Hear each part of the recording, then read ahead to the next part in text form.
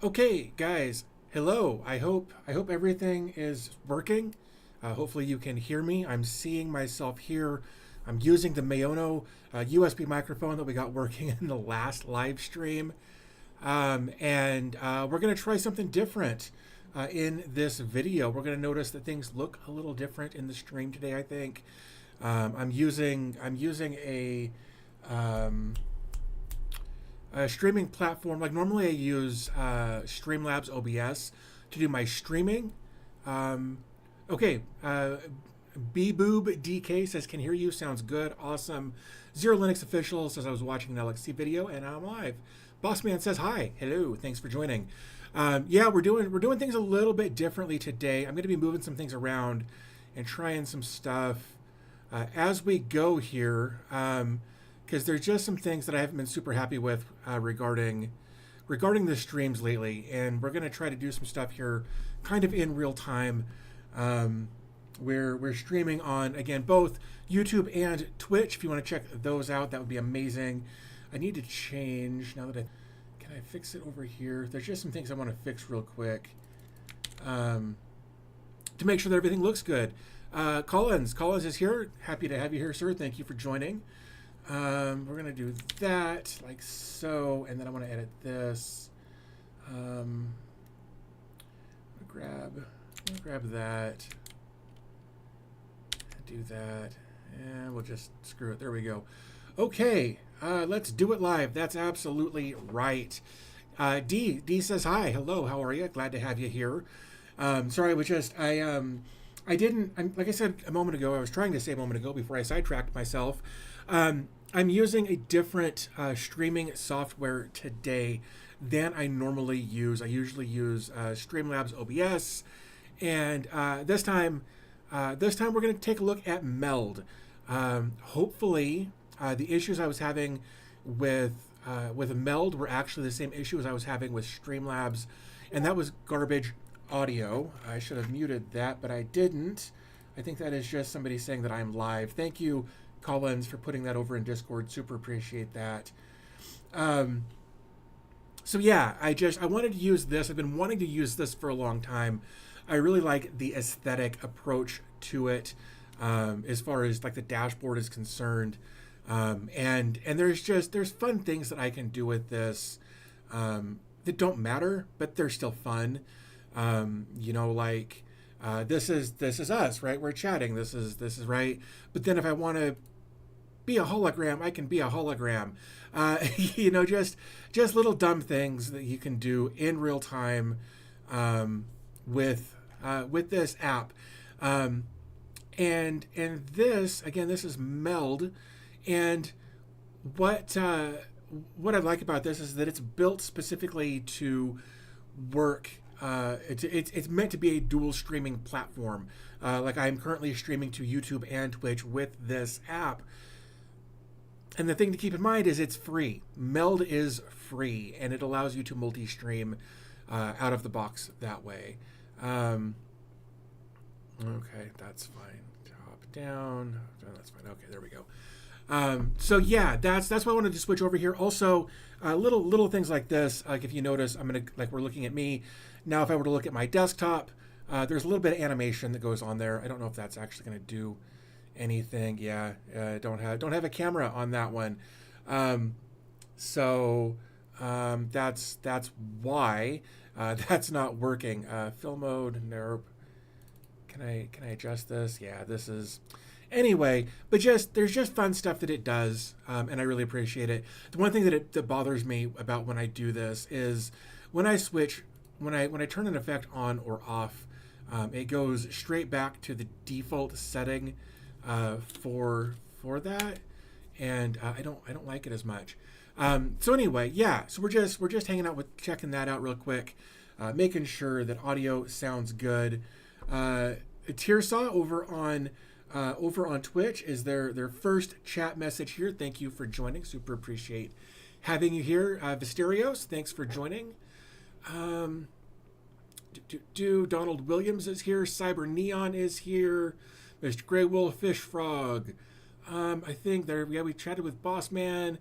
Okay, I think we're all caught up on that. D says, "Do you know how to create a Proxmox Helper script?"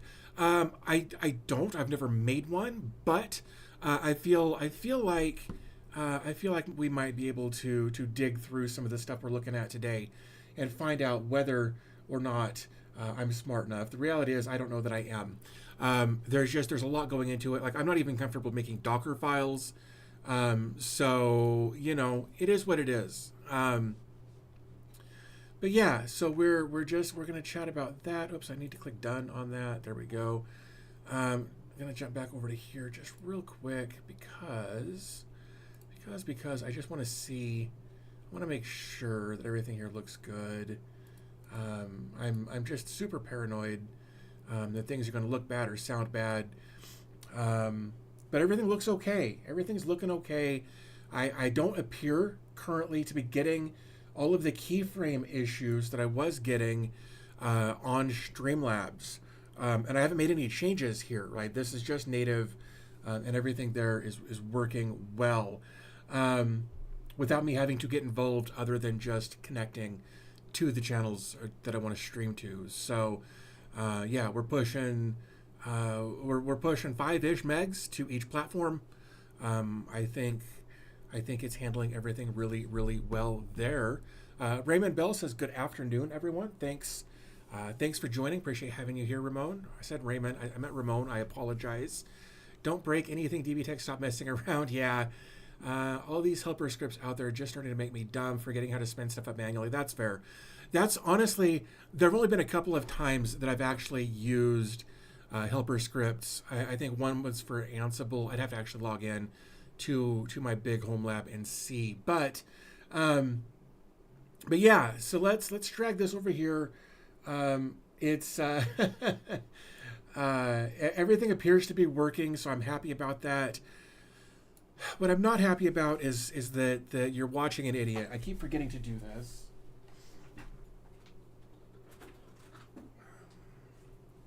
We talked about this last week about adding another monitor to this so that I can have enough screens for what it is I'm trying to do here. This is a KYY monitor. Well, I thought it was in here. I was wrong. That's unfortunate. I thought that monitor was out here in that box. I was wrong. Do I have one over there maybe? I don't know that I do. I might have it. Maybe.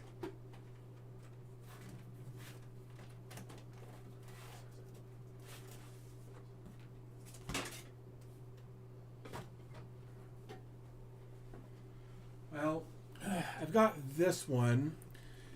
And it's dirty, but it should work if I've got enough USB cables for it.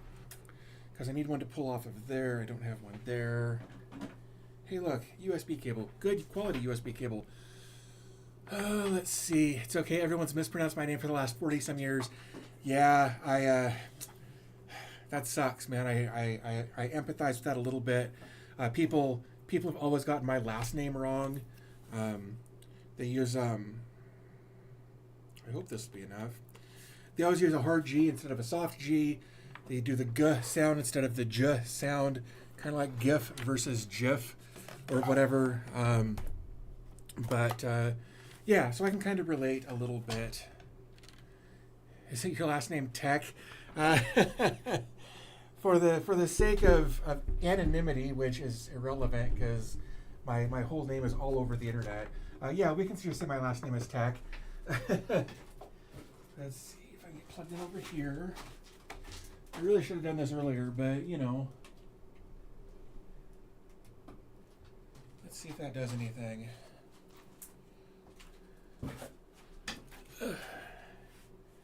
Ooh. And is this screen dead, or does it require a second? Well, it was worth a shot. It was worth a shot. I thought I had a different monitor out here that I was using somewhere else, but apparently not. Database tech. Yeah, GIF or GIF. Okay, well, that's unfortunate. I thought I was going to be able to spin this monitor up. I was wrong. It needs too many cables for what I want to do right now. So we'll deal with it later. So what I want to talk about today, what I want to take a look at, if we're being completely honest here, is the stuff, the Proxmox Helper Scripts. Oh, dude, thank you for subscribing over on Twitch. That's amazing. That's really, really nice of you. Thank you. D says, did you hear about the new quantum text from Microsoft? I saw an article heading in passing the other day. I didn't really dig into it though. I probably should have, but I didn't. Proxmox Helper Scripts. There we go. Yeah, I should have taken a better look at it. I just didn't. I think it's cool. I'm looking forward to seeing what they do. But I didn't look into enough to have anything to say about it really. See, PJ McLaughlin, thanks for joining. Says yesterday I spun up Proxmox 8+3, but the post-install script kept failing. Found that the original link to the steps have been removed. Interesting. The Proxmox Helper Scripts have helped me get started with home labbing. I've learned a lot just by using those scripts. That's awesome, and that's what I want to take a look at today, because setting up a VM or setting up an LXC and going through the process of installing Docker and installing Docker Compose and doing all of this, if you're new to self-hosting, isn't always the easiest thing. It can be overwhelming. It can be daunting. It can be too much to try to feel comfortable just jumping in and doing. Of course, that's why I make the videos that I do, but not everybody wants to go through all of that, right? There are people out there, and rightfully so, that only want a very simple setup. They'll buy a DS923 from Synology and just use the apps built in, and it's perfect for them. Or they'll buy a ZimaCube and they'll just use the built-in solution for that because it works for them. And I think that's awesome. I love that there are options out there like that. And I feel like this is kind of somewhere in the middle. If you've got a situation where you're comfortable setting up like Proxmox, for instance, and you're like, okay, well, I've got this thing, now what do I do with it? That's what we're going to take a look at today, is what do I do after the fact. So let's jump over to my desktop, get a little animation there. So that's fun. Let's see. The Intuitive Rising says, this is the video I've been waiting for all year. Well, I'm glad you're here for it then, because that's what we're trying to do is make some good content. The other thing I need to do, prox demo. Oops. And refresh. There we go. All right. So here is our Proxmox server. This is my dummy server. I cleaned it up this morning a little bit. I deleted a bunch of stuff out of here the other day, or this morning rather. Collins, thank you for that reminder. Super appreciate that. If you want to like and subscribe, that'd be amazing. Of course, you don't have to if you don't feel it's worthy of what we're doing here. But if not, I'd hope you'd at least tell me first. S. Dean says, I believe the original author maintainer of the Helper Scripts died last year, and I guess someone else has taken them over. That is correct. T-Tech, if I come back over to here, Scripts by T-Tech right there.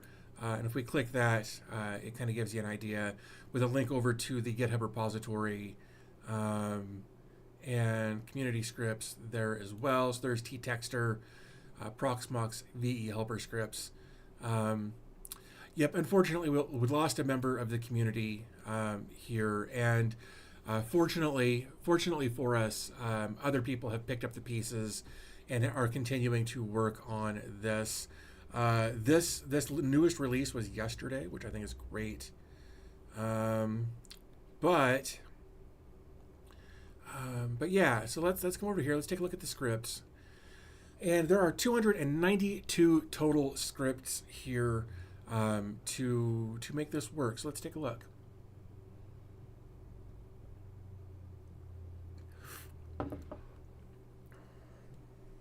That's weird. Huh. Anyway, let's see.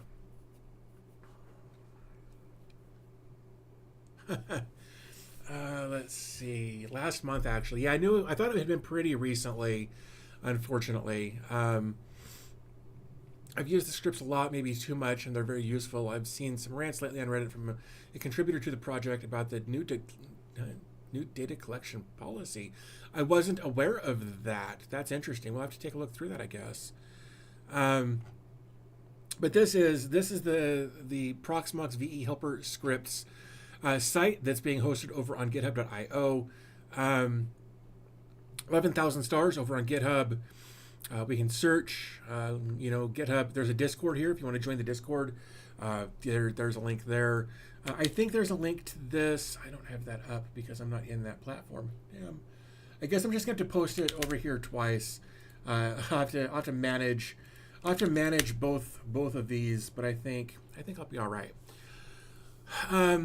So let's see. Chat paused. Okay. A couple of streams ago, I asked you about the Omada versus Unify. I ended up buying Omada gear before I heard about the ban. Will I have any regrets? I don't know. That's a real super valid question. I wish I had. Sorry about that, guys. I pushed the wrong button. I don't know if you're going to have regrets, and that's why I'm in the process of switching from Omada to Unify. The folks at TP-Link were great to work with. For a really long time. Had a great experience working with them. But now there's apparently some issues with TP-Link routers being compromised and being part of botnet attacks.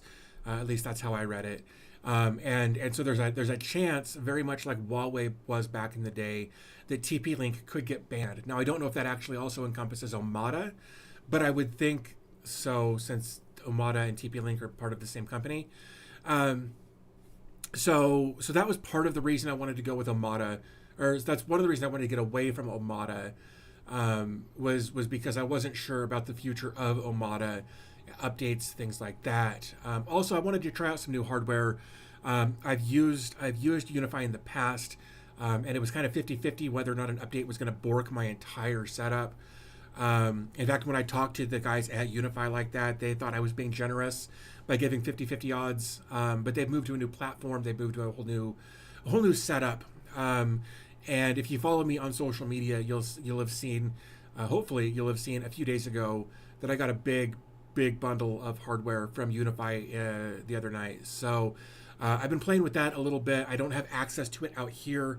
All of the Unify stuff that I've got set up currently is in the front of the house right next to my fiber box.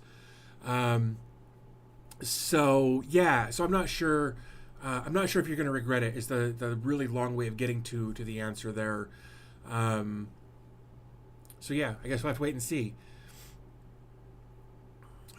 I didn't get the routers. I'm happy with pfSense. Ended up just switching. Oh, just switches and NEPs. Cool. If you're using it that way, you ought to be fine. Taking you on the road, got to pick up number 3 and his friend. They went fishing in 30-degree weather. That's brutal, man. I mean, good on them. Good on them for getting outside and touching grass. That's awesome. You run the controller in an LXC container. Well, there you go. I don't know. I'll be curious to see what happens with the potential bans and that sort of thing. I don't know what's going to happen. I just kind of wanted to get ahead of the curve just in case. I didn't want to get left in the dust on that. So let's jump back over here to my desktop. I want to look over here just real quick before we get into this. Man, everything looks good. Everything looks good. I'm happy about that. I just wanted to make sure that we're not dropping frames. Everything looks good over there. Super happy with that. Well, cool. So to the 5 of you in over on Twitch, thank you for joining over there. Just a quick side note, if you're not a subscriber over on Twitch and you want to support me on Twitch, you can become a subscriber. If you've got an Amazon Prime account, you can link your Amazon Prime to your Twitch and subscribe every month, basically for free. And I get a couple of bucks for that as a little thank you. So totally an option, not required.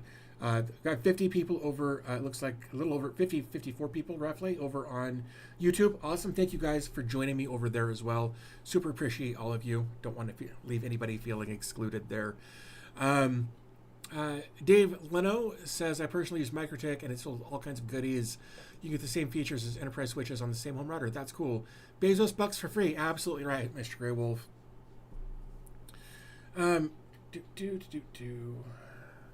Oops. All right. So, yeah, let's take a look. Like it says, there's 292 total scripts. I don't think we're going to get through all of them today. So I think we'll just kind of dig through and see what we can see here. We'll take a look at the categories first. We've got Proxmox and virtualization. I don't know. Hopefully, that's a little better. We got Proxmox and virtualization. We've got operating systems, containers and Docker, network and firewall, ad block and DNS, authentication and security, backup and recovery, databases, and monitoring and analytics. I think, let's start up here. Let's take a look here. We've got all templates. We've got container LXC deletion. What is this? This script helps manage LXC. This script helps manage and delete LXC containers from the Proxmox server. It lists all available servers, allowing the user to select one or more for deletion through an interactive menu. Holy crap, dude! I wish I had seen this like 2 hours ago, when I went through and deleted like 15 LXCs. That would have been amazing. Screw it. Let's just see what this looks like, right? Look, I want to be very clear. If you're not comfortable just running a script like this, I get it. No worries. You should be cautious about running commands on the fly like that. I probably just brought my face back up for no reason. So you're just going to, basically what's going to happen is you're going to do a wget for this file right here. I encourage you to look through these files just so you can kind of see what's going on. And if you're not sure about them, you can grab these. Like I can just do this, and I can do something like Gemini, like this. And let's just see, what does this script do in Proxmox?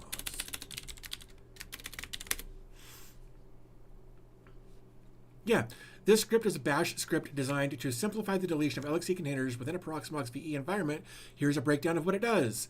And here it will go through and explain everything to you if you're not sure what these different things mean.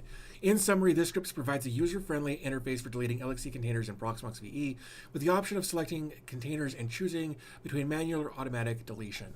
So that's all it does. And I love that it tells you that it's just that easy to read through there. So what we're going to do, we're going to copy this script right here. We're going to come over to Proxmox. We're going to go to our local node. In this case, it is prox demo. We'll go to shell, and we'll just paste it in there. Cool. This will delete LXC containers. Proceed? Yes. Cool. What do you want? Oh, man, I really, really wish I had seen this earlier. That's amazing. I tell you what, let's get rid of a couple of these. Okay, so we're going to delete 122 and 142 right there. So that's post baby and standard note. And we'll hit tab to click over to OK and hit enter. Delete these containers manually or automatically. Let's just do A. And it's deleting, and it's deleting. And they're gone. Wow. I wish I had seen that so much earlier today. I spent like 45 minutes deleting stuff earlier. Let's see. Came here to get your searching YAML file. Found the live stream by chance. That's awesome. Glad to have you here. Okay, let's scroll back up. I have a silly question. I have the Unified Cloud Gateway Ultra and have it set up on VLANs for various devices and servers on it. Do I still need a firewall like OpenSense? That is completely up to you. Your cloud gateway should have firewall capabilities built into it, I would think. I'm still learning Unify in its newest rendition, so I can't be 100% sure. It's going to depend on what level of security you want to implement. Colin says, I spent the Podman Helper script the other day to see what Podman was all about. Go ahead, ask me anything about Podman. Please, Collins, tell us about Podman. Dave Leno says it's all open source and you can read the whole thing, make changes, do whatever. Yep, that's awesome. I predict we will see a lot of videos about how to set up caches or local container registries with the news that Docker Hub will have pull limits. It's had pull limits for a long time. Yeah, no, maybe they restricted it even further. But yeah, no, Docker Hub has had restrictions for a long time for like, I think 100 pulls a day. Maybe it's changed.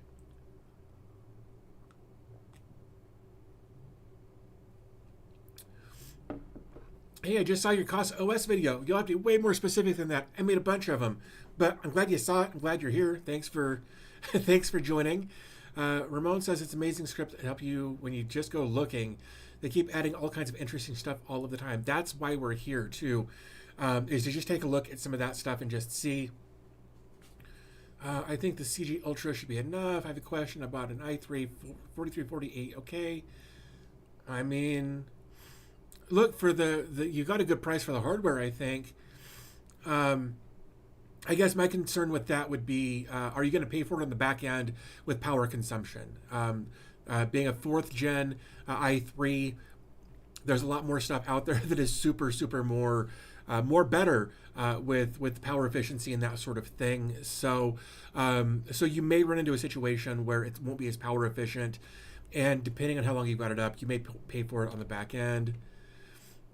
The script that let you install Portainer with it beyond that. So here's the thing, Collins, rather. Anytime you've got a situation where there's like like you've got a Docker run command, you can switch Docker for Podman, and I've had really good luck with that. So it'd be like Podman run, and then the rest of that, and it seemed to work for me anytime I did that. Okay, so they're limiting to 10 pulls per hour now for the unauthenticated pulls.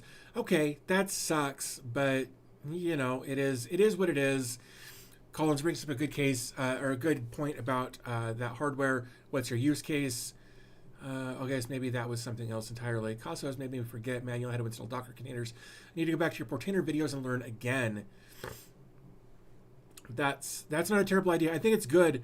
Like, once you've learned a new skill, I think it's good to periodically just go back and re-hone your skills on other things that you used to do that you don't do anymore, because you might want to, go back and use that skill again at some point.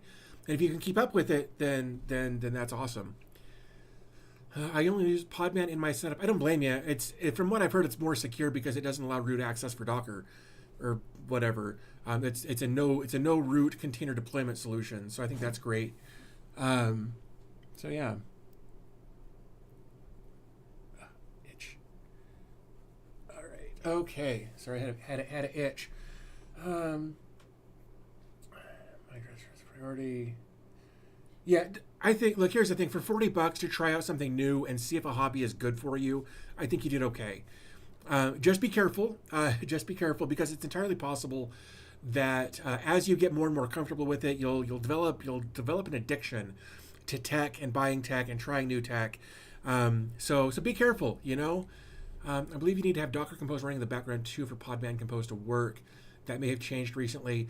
That's a fair point. I don't know. I haven't tried Podman in like a year, so I don't know if that's actually, or how that works. So my experience with Podman is very, very limited. Tech addiction is real. Yeah, I'm glad that everybody here agrees with me on that, except for Collins, who's a dirty liar. So let's come back over to here. I'm super stoked at how well that worked. I'm gonna have to remember that, because that's amazing. Where we just deleted those 2 containers with no effort whatsoever. So coming back over to Proxmox and visualization, we've got file browser, we've got NetBird, Prometheus Proxmox VE exporter. So if you wanted to have your Proxmox show up in Prometheus, you'd need this exporter. We've got a mail gateway, we've got a backup server, we've got a Proxmox backup server post install, Proxmox backup server process microcode. Now, we did some of this stuff on the post install script and that sort of thing. There it is. Yeah, the Proxmox post install. So we did some of this on a setup recently with a piece of hardware that I've lost. With the Minis Forum UN1250. That's what it was. Yes, we did some of these scripts on that, but I'm glad to see that there are others for like the mail backup, or sorry, the mail backup, the Proxmox backup server, for the backup server, the post install, the microcode, all of that. Proxmox clean orphan LVMs, logical volume managers. That's cool. Proxmox data center manager. That's cool. That's an LXC that you can run. We actually did a video on data center manager not too long ago. It's a couple of months ago, like the day it released. We made a video about it. So that's cool. I'm glad to see that in here. Proxmox update repositories. This script updates repository links and LXC containers, replacing old links from the TTech repository with the new ones to community scripts repository to fix issues related to updating scripts. That's really, really good. I'm stoked to see that. Oops.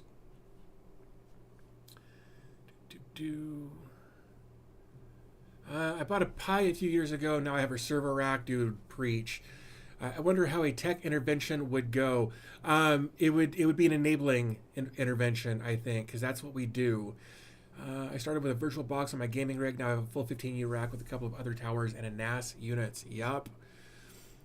I started with a virtual box on my gaming rig. Now I have a full 15U rack with a couple other yep.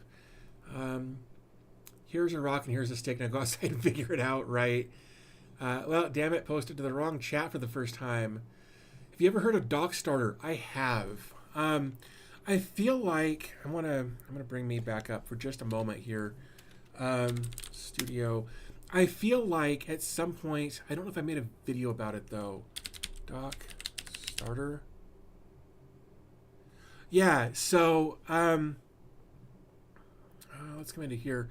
There we go.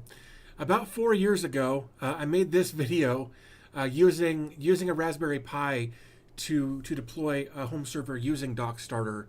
I can share this if anybody wants to see it. I don't know how relevant it'll still be, but you can absolutely check that out later if you want to do that. And Arduino Uno started me. I built 3 NASs and 4 servers since then. It starts small, man. Every time it starts small, and then it just blows up from there. So like I said, I haven't taken a look at Dock Starter in a long time, but I have. But it's been a while, like almost 5 years or something. When did it say Dock Starter? May of 2020 is when I looked at that. What's your opinion on using a laptop hard drive for a server? Here's the thing. I think if you do it short term, just for the sake of doing some testing and some learning, you'll be fine. I wouldn't put it in production for a long time, or if you do, make sure you've got a backup solution in place, just to make sure you don't lose anything important. Backups are super, super important. Proxmox VE CPU scaling governor, we did that one. Cron updater VE host backup. What is this? Hold on. This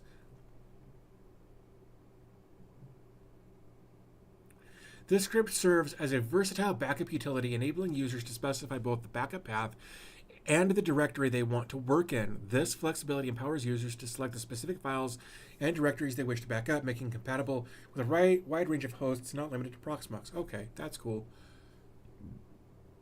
Excuse me, geez. We've got a kernel clean. We've got a kernel pin. We've got an LXC cleaner. What is this? This script provides options to delete logs and cache and repopulate app lists for an Ubuntu Debian systems. Cool.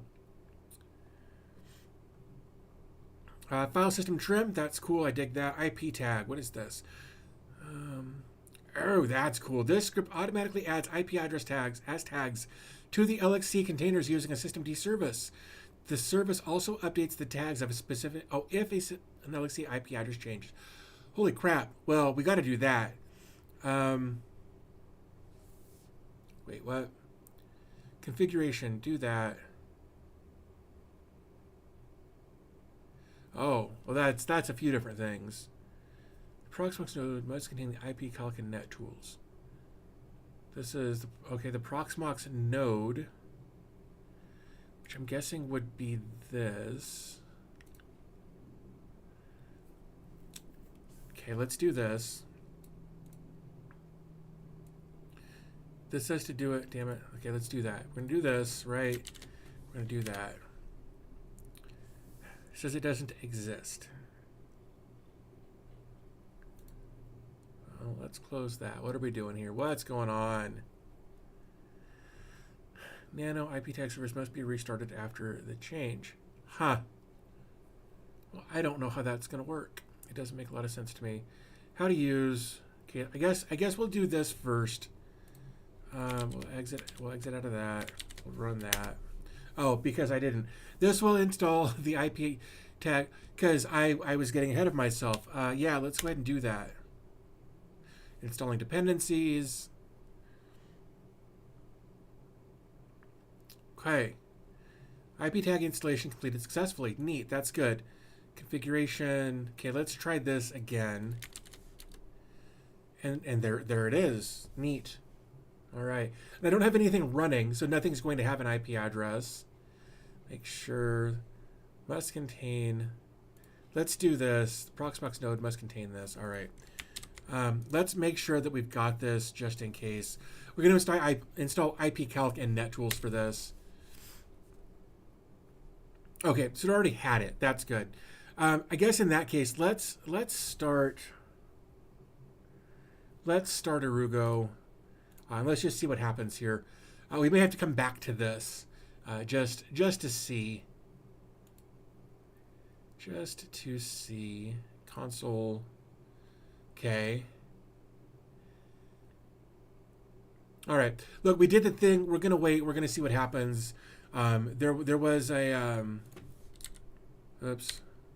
Yeah. So it's gonna check like once a minute. It looks like, and force update interval every 30 minutes. Every 30 minutes, it's going to force an update. So we've done the thing for the LXC IP tag. That's going to save my butt in the long run. I need, oh, hey, Drew, wow. It added a bunch of stuff there. And there they all are. 196.1, there it is. Just that quick and easy. Hopefully you guys can see that.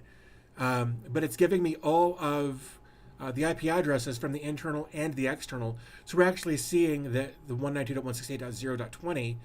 Oops. So if I come over to here, oops, get logged in. Hope I typed that right. I don't think I did. Root.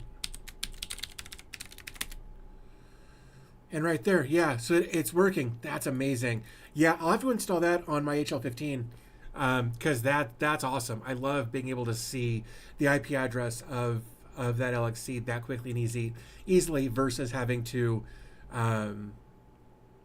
like log in and do the IPA, that sort of thing. That's awesome. I really, really like that one. So that's the IP tag. That one's good. I dig that.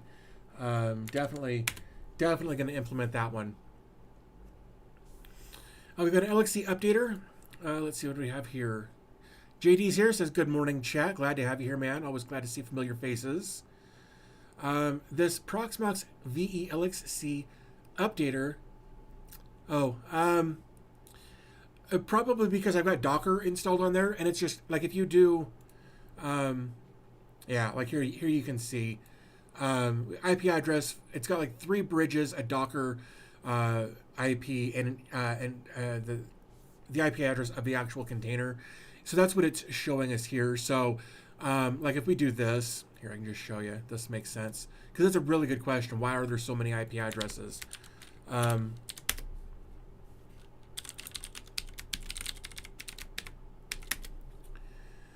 Come into here, we take a look at the containers. Like right here, 172.20.0.2, 19.02, 18.02, 17.02. Because these are all individual Docker containers that are running. Each Docker container has its own IP address, and that's what we're seeing here, sort of. This 01 is basically call it the router for that subnet. This is our entry point. Like your router's IP is going to be 0.1 or whatever the case is. This is similar to that. So we're not seeing the actual IP address of that individual container. We're seeing that bridge IP address for that. Yeah, there you go. JD says the script makes tags for any network interface, and that's it. That's what it's doing there. Like I don't care. I genuinely don't care about these first 4. I really only care about this one right here. with the local IP address, the 192 address, because that's what it's going to be when I try to access it on my network. Being able to just jump over here and see that, love it. Love it. That's awesome. Oh, right. Okay, this script has been created to simplify this and speed up the process of updating all LXC containers across various Linux distributions such as Ubuntu, Debian, Dev1, I've never heard of that one, Alpine Linux, CentOS, Rocky, Alma, Fedora, and Arch Linux. It's designed to automatically skip templates and specific containers during the update, enhancing its convenience and usability. Neat. I dig it. And again, if you want to, you can come over to here. You can just grab this part of the line and just go to that, and then you can read what that script does. And if that doesn't make you happy, then you can drop it in Gemini and say, explain this to me. And Gemini will do that, like we saw a bit earlier. So, yeah, so that's what's going on with that. I dig it. I don't know if I'll use it because I like to do things differently, but you know, it is what it is. Monitor all. What's this? The script will add monitor all to Proxmox VE, which will monitor the status of your instances, both containers and virtual machines, excluding templates and user-defined ones, and automatically restart or reset them if they become unresponsive. This is particularly useful if you're experiencing problems with Home Assistant becoming non-responsive every few days or weeks. Monitor all also maintains a log of the entire process, which can be helpful for troubleshooting and monitoring processes. Virtual machines without QEMU guest agent installed must be excluded. Prior to generating any new containers or VMs not found in the repository, it's necessary to halt Proxmox VE monitor by running that. Okay, well, that's kind of neat. I dig it. NetData. I actually made a video about doing this a while back on the channel. We didn't do it this way, though this way is fine. NetData is great as far as getting information about your system. So yeah, if you want to install that, you can do that. Post install and the VE processor microcode we did last week or the week before. Again, when we took a look at that minis forum UN 1250, that was part of the process that we went through. I guess it's been a couple of weeks ago. Tailscale, if you want to connect remotely via Tailscale, that's how you can do that. Super easy to do. VS Code Server and Webmin System Administrator. I've heard a lot about Webmin. I don't know if I'd want to use it for this though. Provides a graphical user interface for tasks such as user account management, package management, and file system configuration, network configuration, and more. Huh.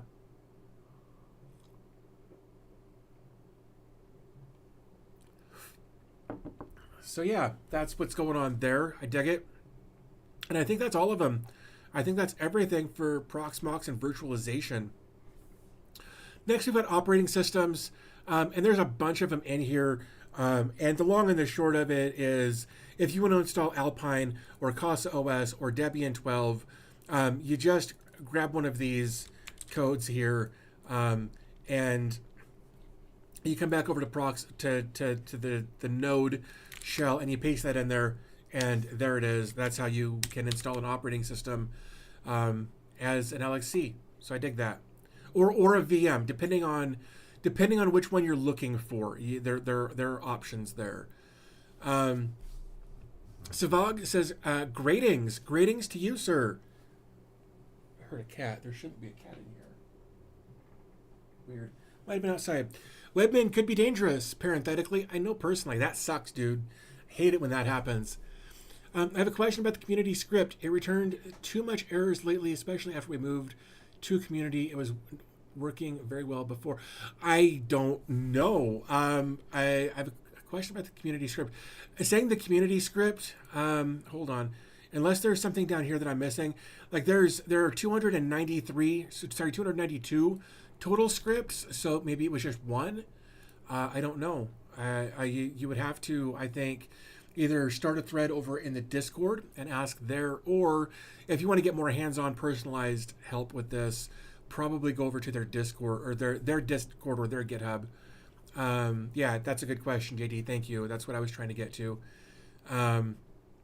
Again, Docker and containers in Docker. So Cosmos Docker as a VM or LXC, Dockage as an LXC, Komodo as an LXC, Podman as an LXC. If you want to check those out, again, all you've got to do is click like Komodo here, and you can come down here. It says it's updatable. That's cool. Just run this command. But the thing to keep in mind about running these, I have skipped over some of this, and that was my fault. Up at the top, it tells you what system resources it's going to allocate for this. It's going to tell you, like it's going to give it 2 virtual cores, 2 gigs of RAM, 10 gigs of hard drive space. So make sure before you run any of these that you make sure that it's got, let me see here. I don't think, yeah, like 1 core, 1 gig, 4 gigs. None of these are really going to apply there, and that's probably, oh, there we go. LXC, 1 core, 1 gig, 2 gigs. So just so you can kind of see what that's going to look like. If you're not sure about that, you can do that. Let's see. PJ says, make sure you're on the correct GitHub link for the scripts. Yeah, like I would definitely use, I would start here and I would just run the commands that they give there on that URL. Let's see. COS gave me an error. Can't really help you much with that. Just saying it gave me an error is like saying, why can't I open my door? I don't know. Is it locked? Does it not have a doorknob? I don't have enough information. So try to be descriptive when you're saying it gave me an error. What messages, what did you encounter if you're looking for help. When you install the script, you use the advanced install and you can change the defaults. That is a great observation there. Most of these definitely have that as well. We've got some laughy faces there. Who is that? I don't know who that is. Max LOL. There we go. All right. Let's see what else we got here. Let's come back down to where we were. Let me actually come up here and close that. We looked at operating systems. We looked at containers and Docker, network and firewalls. So, holy cow, there's a bunch of them. All right. So we've got apt cacher ng. We've got Cloudflare, Element Synapse. I'm not familiar with that one. It's a Matrix home server implementation. Cool. Headscale. If you want to host your own Tailscale dashboard, you can do that. Kubo, developed by IPFS, is a decentralized file storage and sharing protocol. It implements the IPFS protocol. It allows users to manage files across a distributed network. That's cool. Mesh Central, MySpeed. I'm actually excited to get this set up. Earlier we were talking about this. I'm upgrading. I'm changing out my home network from Omada to Unify, and the one of the big limiting things with the Omada gear that I have that I've had for the past few years, it's limited to 1 gig. So I upgraded to Omada. I upgraded to Unify. Sorry, too many names. Unify sent me a big bunch of stuff the other day. So I've upgraded my internet connection, and I'm excited to see what my speed will look like when I do that. Let's see. Netbox, what we were just talking about there. It's a source for truth. Everyone on the network, from physical components like power systems and cabling to virtual assets like IP addresses, network automation and observability tools dependent on networks. Wow, that sounds like a lot. Not necessarily bad. It just sounds like a lot. No, I don't have 10 gig. I've got a 3 gig. I've got a symmetrical 3 gig connection. I was going to go 2. I thought 2 was an option. 2 gig, symmetrical 2 gig used to be an option, but they're still relatively new. So there's I think I've got the option for I can do, everything is symmetrical. So I can do 500 meg, 1 gig, 3 gig, or 8 gig. Oh, so I have some 10 gig stuff. I've got 10 gig stuff back here in the rack. But most of the stuff that Unify sent me was 2.5 gig with some 10 gig uplink stuff. They did send me a little switch. They sent me a couple of little switches. One was 2.5 gig and one was 10 gig. So yeah, but they also sent me the Max Pro 16. I think it's the Max Pro 16 port PoE, as well as a 24 port PoE, a 10 gig PoE. Yeah, they sent me. I'm gonna make content about it here soon. But dude, they really hooked me up. And I'm thrilled. They also they included some other stuff besides just the networking. they sent me 2 cameras and a doorbell as well. And I haven't touched all of the cameras and the doorbell are still in the box behind me over here. And I'm really excited. I'm really excited to see what's going on there. Still useless here. The fastest connection is a 50 by 5. And that's, are you 50 by 5 and that's fiber? That sucks. Like, that sucks, man. I'm really sorry to hear that. I actually got the symmetrical 1 gig fiber on my birthday of 23, I think. Upgraded to 2 gig symmetrical, and it's so much bandwidth. Can't imagine 8. Same. I like the new laptop that I got a few months ago as part of a deal. Has Wi-Fi 7, and they also sent me a Wi-Fi 7 access point for inside the house, and they sent me one for outside as well. So I'll have Wi-Fi 7 like in my backyard this summer, and I'm so thrilled about that. My laptop is, I think, the only thing in the house with Wi-Fi 7 on it, and I'm getting like 1.5 gigs down and 2 gigs up with Wi-Fi. I'm getting a multi-gig connection on Wi-Fi, and that blows my gourd. Unfortunately, my S22 doesn't support the newest there, so I'm still on the older version of Wi-Fi there. So I'm kind of bummed, but still really happy with everything. Looking forward to showing off what I've got, and so happy to be learning new stuff. I've been referencing a lot of referencing a lot of Tom Lawrence's stuff recently, with setting up like VPNs. Really excited about that. Being able to just say this device always runs through a VPN no matter what. Even if there's no VPN on the device, I may actually do something like that for my guest network, and just have my guest network run all of its data through a VPN, just because. But yeah, we'll see what happens. Lots and lots of stuff to test. We just may mess around with that in an upcoming live stream. Once I get the other stuff put in the rack back here, we'll see what happens. So desktop. There we go.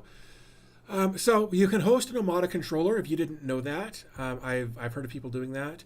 I took a look at it, but I didn't end up using it.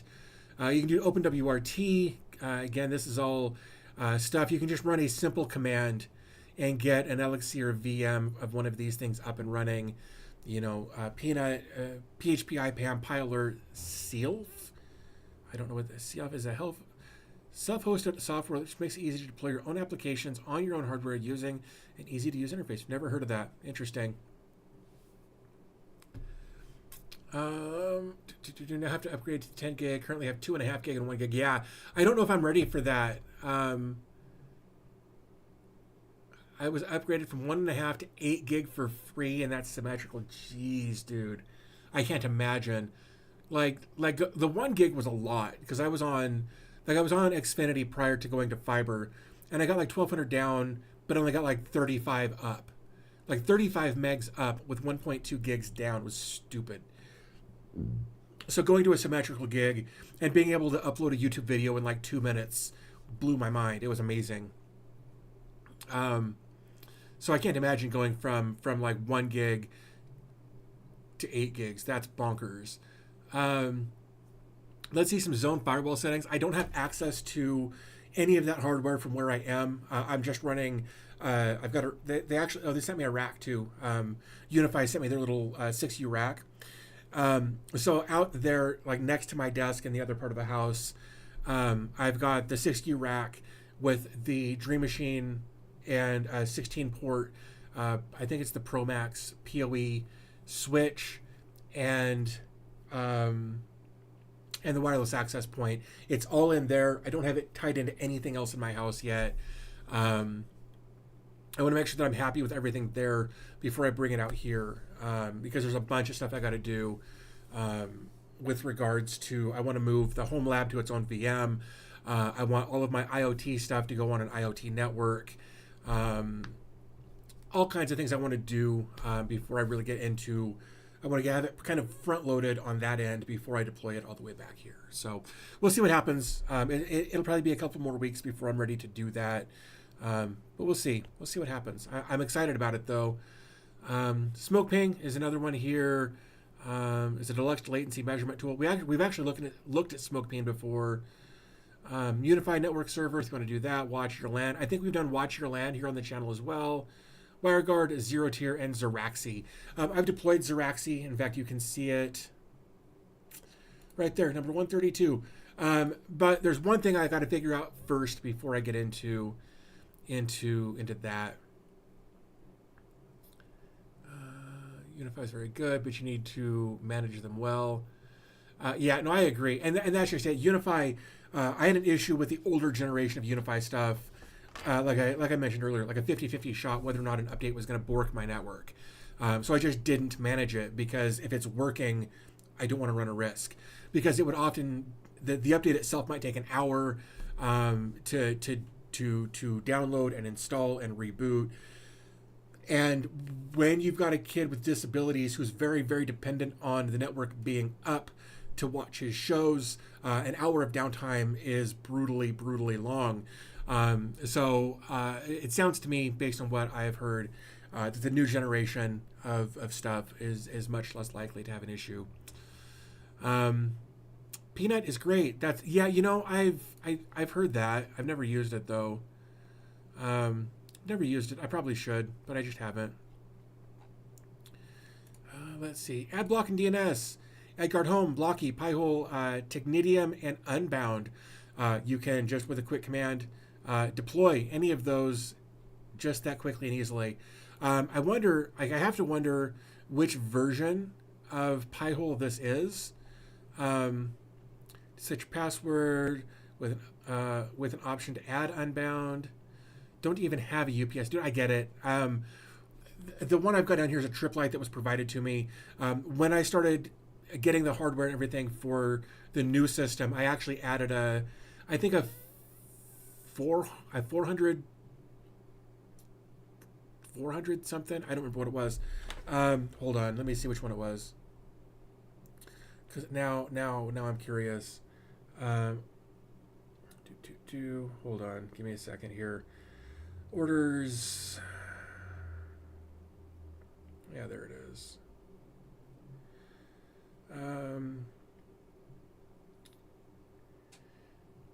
Yeah, so I got the Amazon Basics UPS battery backup and surge protector, 400 VA/255 watts, 6 outlets, just in case, just so that everything can shut down cleanly. So yeah, that's what I bought. I got it for like $100. I think it was about $100. No, I lied. It was $50. Yeah. Because I got the small one because I wasn't really super worried about it. I just wanted to make sure that it would give me a chance to be safe to bring everything down. I wouldn't be able to use the internet without Pi-hole. Dude, that's been my issue.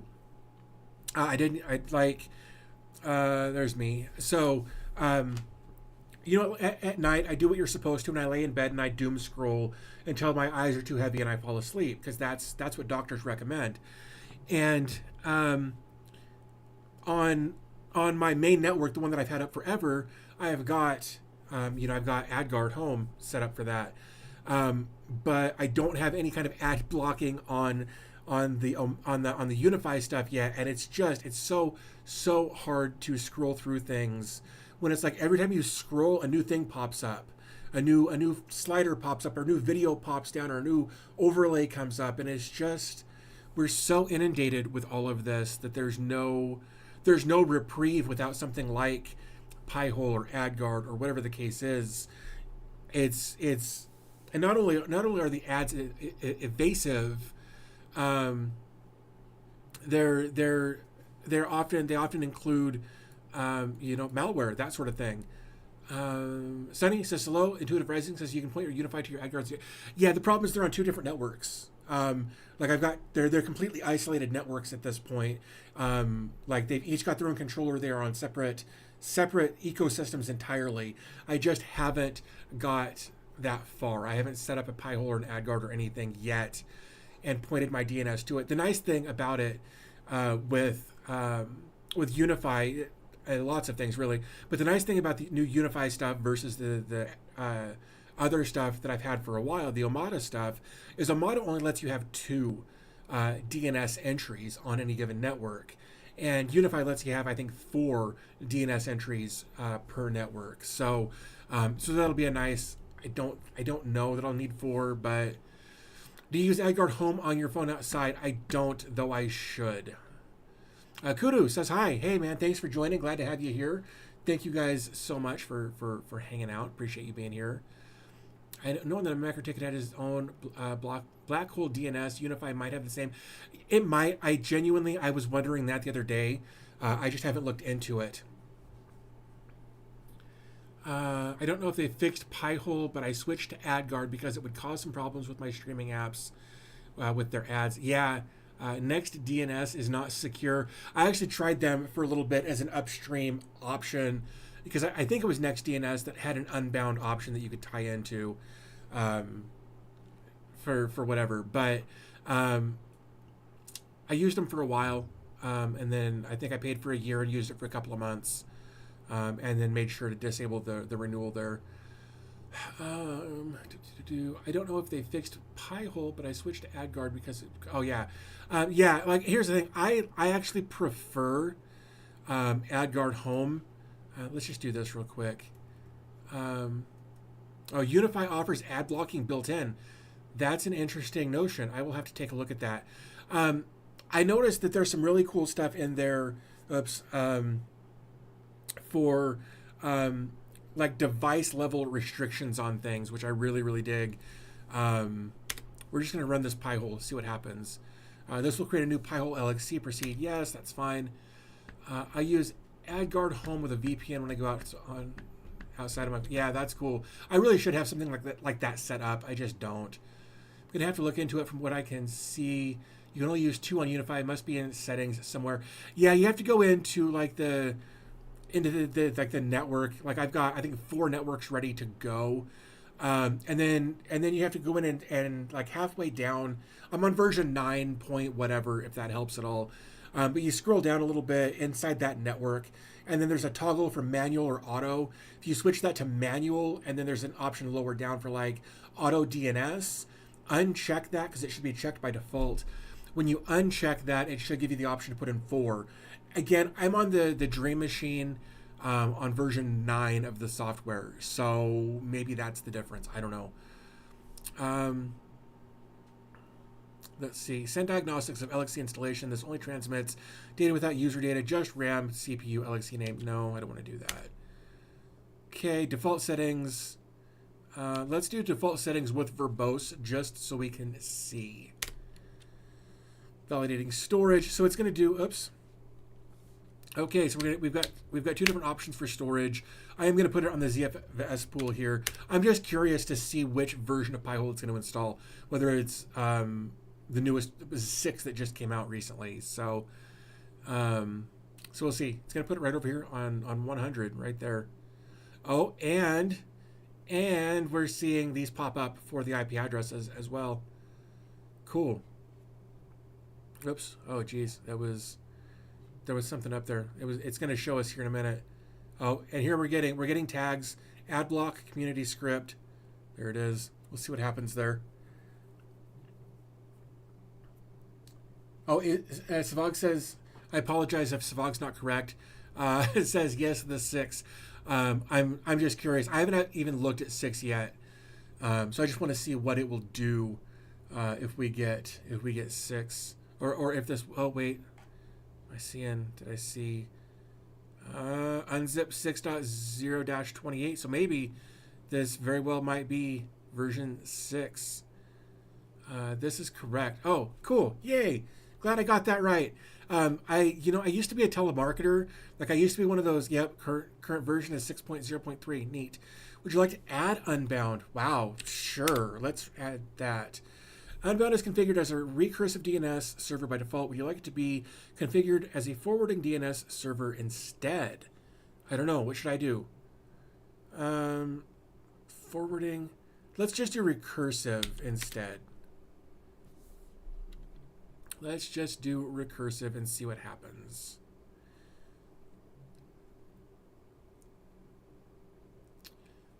Hey, can we get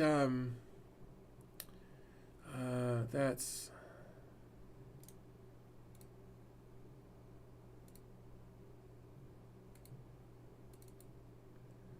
why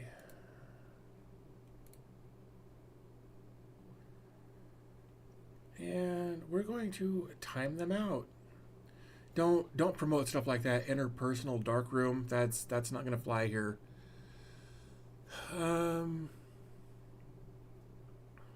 Let's see.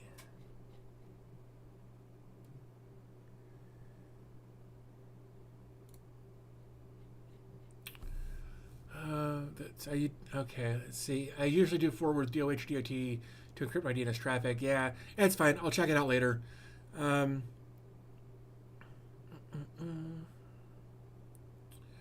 Let's see. Interesting. The VLAN has 4 DNS options. The Internet tab only has 2 on Unify. Interesting.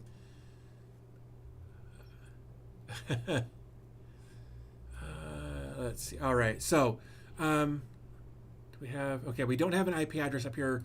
We should soonish. Oh, nice. There we go. So we'll just copy this. Let's just take a quick look. Copy, and then we'll do admin, and then continue. Hey, look, there we go. So there is no password on here by default anyway. We can add one if we want to do that.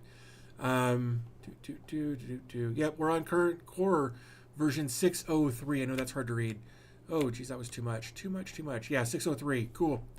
I mean, here's the thing, right? The interface looks the same. I believe that there were a bunch of changes made to the back end of it, but it still looks the same. So, so yeah, can I wonder? Oops. Interesting. Yeah, you don't need the pass. Yeah, there was actually something in here. It's gone now. But there's a command. Maybe it was over here. Oh yeah, right here. You can add the password by running this command right there, and it will let you add a password if you want to do that. That's cool. I dig it. That was super easy. I also love that I didn't have to go through the process of like manually disabling the DNS service that was running in the OS. For that to just work is amazing. Same thing with this, I would assume. Yeah, AdGuard home can be updated via the user interface, and that's the command you run. That's the command I ran, and I've been using AdGuard home for a while this way. It's been great. We need some kind of a GUI fan control.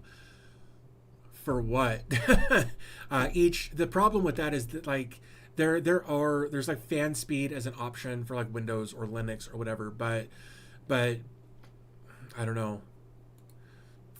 So authentication and security.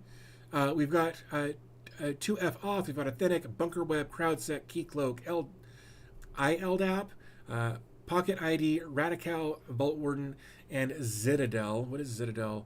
ID and access management. Cool. And again, these are going to be the same thing. These are going to be LXCs all the way across, except for this one. Execute within an existing LXC console. Okay, so this one you need to have an LXC console already set up and running. Then you run that command and it installs it. That's easy enough. That's really cool. Backup and recovery for Duplicati and your backup server. I've made content in the past about Duplicati. I haven't looked at your backup server before, but they're there if you want them. Databases, we've got Apache, Cassandra, and CouchDB. We've got Influx, Maria, MinIO, Mongo, MySQL, Neo4j Pocketbase, PostgreSQL, Redis, and SQL Server 2022. Lots of options there for databases if you want to have that. Monitoring analytics. I feel like we've looked at some of these over the past few years on the channel. Like Bezel, I know we've looked at Glance or Glances. I think we've looked at both of those actually. Grafana, I know we've looked at. I need to do something with Graylog. I need to learn Graylog and get that set up. for logging and that sort of thing. Open Observe, I've never heard of. It's a simple yet sophisticated log search infrastructure monitoring and APM solution. Interesting. Prometheus, we've looked at on the channel before. Prometheus paperless NG exporter, Prometheus Proxmox exporter, Tianji we've looked at, Umami I feel like we've looked at. I know we've looked at Uptime Kuma, and I don't think we've ever looked at Zabbix.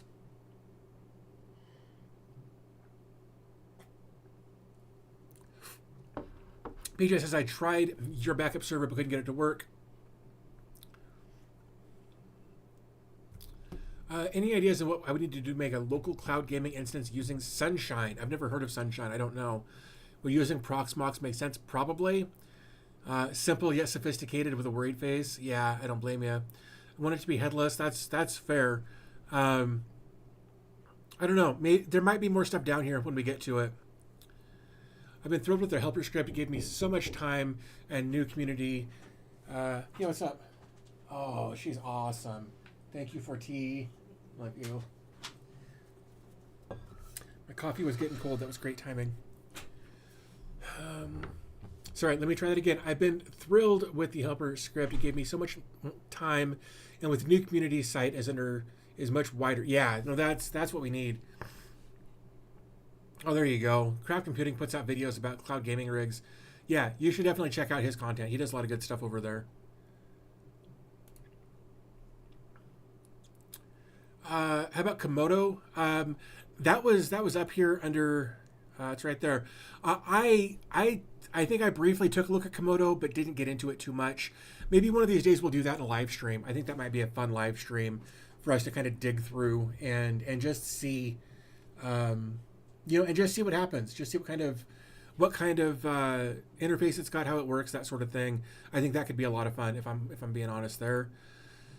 Where were we? Monitoring analytics we just looked at. So next we got dashboards and front ends. Cockpit, I've used it a couple of times. It was fine. Dashi, I think Dashi is actually the one I really, really disliked. Only because of its native aesthetic. Yeah. It's this. It's like I understand why they've done what they've done. It looks very, very old. This looks like kind of a Windows 3 layout almost, and that's what's off-putting for me. I don't know. It looks different, I think, than last time I looked at it. But it looked too 8-bit. It looked too very deliberately. The skin on it looked very, very retro, and that's not what I was looking for at the time. I should probably go back and give Dashi another look. Fenris. I don't know. I think I've looked at Fenris. I don't know that I've actually done it on a video, but I think I've looked at Fenris. I've got this. I always get these little fuzzies, man. Anyway, Heimdall. Heimdall was one of the very early videos that I did. Great dashboard. Really, really like Heimdall. Used it for a long time. Homer, I made a video about homepage. I use Homer. I know a lot of people like it. I've never actually really used it all that much. Mathel, that icon looks similar to Uptime Kuma. Interesting. Maybe it should default. I don't know. Weird. Is there anything in here? Contributors, Hiwax. Huh. Anyway, I don't know. Never actually used Mathel either.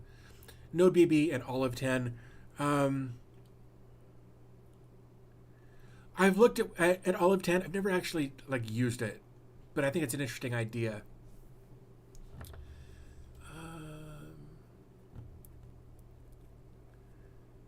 Let's see. Oh wait. We used Dashi for a bit, but homepage has great integrations and customization options. I agree with that. It seems like they're conservative on the virtual hardware allocation. I like that. Yeah. And you can always go back and change it if you need to. Like you can go in and modify these LXCs for whatever you need them to be. I integrate Heimdall with Dashi. That's an interesting way to handle it. Allison Pell says, I love helper scripts. Same. They have a one-click install for Home Assistant OS. I'm sold. Yeah, it's pretty neat. They've done a lot of really good stuff here. T-Tech started this, and then after his passing, the community's taken over, and I think they're doing a pretty good job so far. That's not to say that somebody won't drop the ball later, but right now everything seems to be okay, minus a little drama that I heard about earlier. So you know, as long as it doesn't affect the community too much, we can let them squabble and handle it like adults, hopefully. Ooh, we have 72 concurrent on YouTube. I think that is a new record. Thanks, guys. Appreciate you. If it wouldn't be too much, if you guys would give the video a thumbs up, the live stream a thumbs up, that would be amazing. If it deserves, I don't want to just solicit that if it's undeserved, but if you're liking what's going on here, that'd be amazing. Health updates, I can talk about that for a minute. It's kind of the same or more of the same, really. The granulomatosis, which is my underlying condition, is more or less under control. I've still got I'm still producing too many red blood cells, so about every 12 weeks they have to go take half a pint of blood out of me. That's not such a big deal. It only takes like 10 minutes, which is great. I've been dealing with some swelling in my legs, but I'm already talking to my kidney doctor about that with the edema there. I'm on Lasix for that.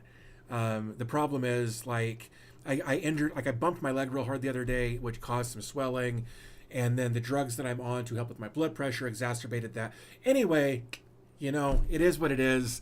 I'm still doing all right. Everything's under control. So yeah, I'm just managing as we go.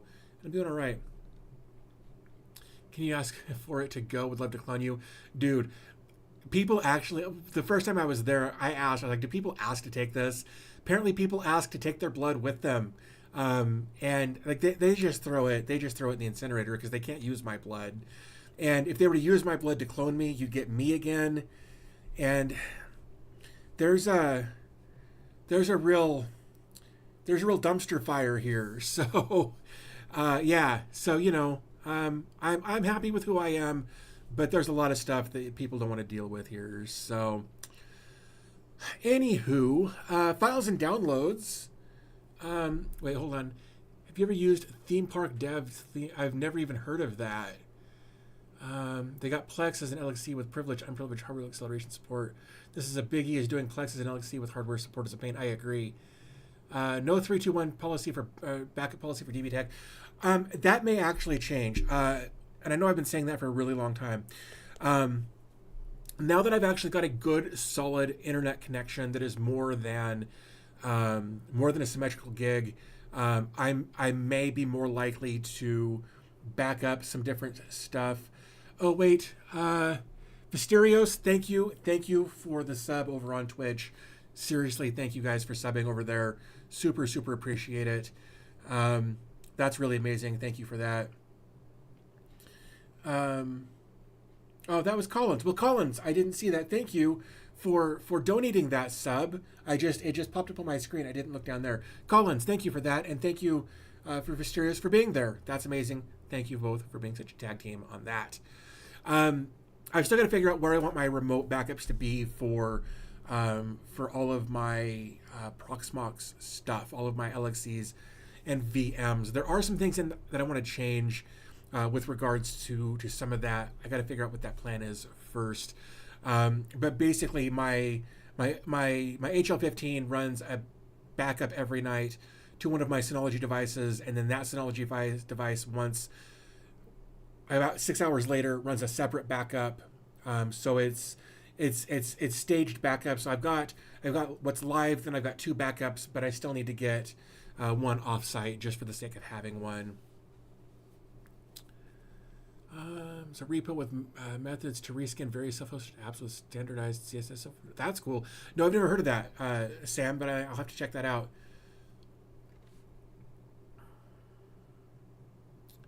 Let's see. Let's come back up to here. I've used a lot of your content to set up Home Lab without going insane. PJ, that's awesome. I'm glad to know that. Thank you. I still use a 5G modem. My fifth ISP enters. Wow. Fiber to the home ISP enters. That sucks. Fiber shouldn't be like that. That's really crazy. Try file browser on any container will save you hack time for accessing your files. I agree, Savag. What I usually use WinSCP if I need to get into an LXC or whatever. It basically SSHs into that LXC, and then gives you an FTP way to manage files, that sort of thing, by using WinSCP. That's how I've done it. But file browser is also awesome. I think we've covered that on the channel as well. So yeah, oops, bumped the mic, my bad. Desktop. Next, we've got files and downloads. I'm not going to talk about any of that for the sake of not getting a community guideline strike. So we're going to move on to documents and notes. Let's see how many of these we've talked about, because we talk about a lot of note-taking apps here on the channel. Whoa, what was that? PMXR just subscribed. Thank you, man. Subscribe to the Prime. Thanks for that. I appreciate you doing that. Super seriously. Oh, that's really hot, but I dig it. All right, so let's take a look over here on documents and notes. Apache Tika, Archive Box we've taken a look at, Audio Bookshelf we've taken a look at, Bookstack, DocMost, Excalidraw, Fresh, RSS. We've looked at all of those. Have not looked at Grist, I don't think. It's a modern open source spreadsheet that goes beyond the grid. That's neat. Hoarder, Link Warden, Memos, Paperless NGX. We've looked at all of those. Private Bin, I don't know that we've looked at that. Project Send we've looked at. Redeck we've looked at. Silver Bullet is on my list. In fact, I thought it was in here. I might have deleted it earlier. Silver Bullet was in here. Sterling PDF we've looked at. Syncthing we've looked at. Trillium, I don't remember. Vicuña we've looked at. Waste Bin. Oh, it's a paste bin clone. That makes sense. Proxmox Helper Script creator died about 3 or 4 months ago. Yeah, that's awful. Like we kind of chatted about that earlier, and we've got a community of people who have taken over the work that he started. I should point you to my backup provider, a small independent home lab data center. Allison, seriously, do that. Allison, if you're not part of the Discord, please join. I feel like I've seen you there though. Jump over there, send me a DM, Allison, if you want to do that. I would love to know more. I might be able to work with him, or I say him. You said he calls it a home lab. He has 6 full racks. Yeah, that might be something. I learned it from you. WinSCP makes Linux so easy. 100% it does, man. Give DB Bezos his money. Yep. For the same reason, when he gets to the R's, he will glass past it. That's absolutely right. I will. Can't risk it. All I have is 12 terabytes of stuff, and people think I'm insane. Yeah, dude, I don't. I don't know what I've got, honestly. I've got a bunch, but yeah, some of the people out there with petabytes of data in their home labs, crazy to me.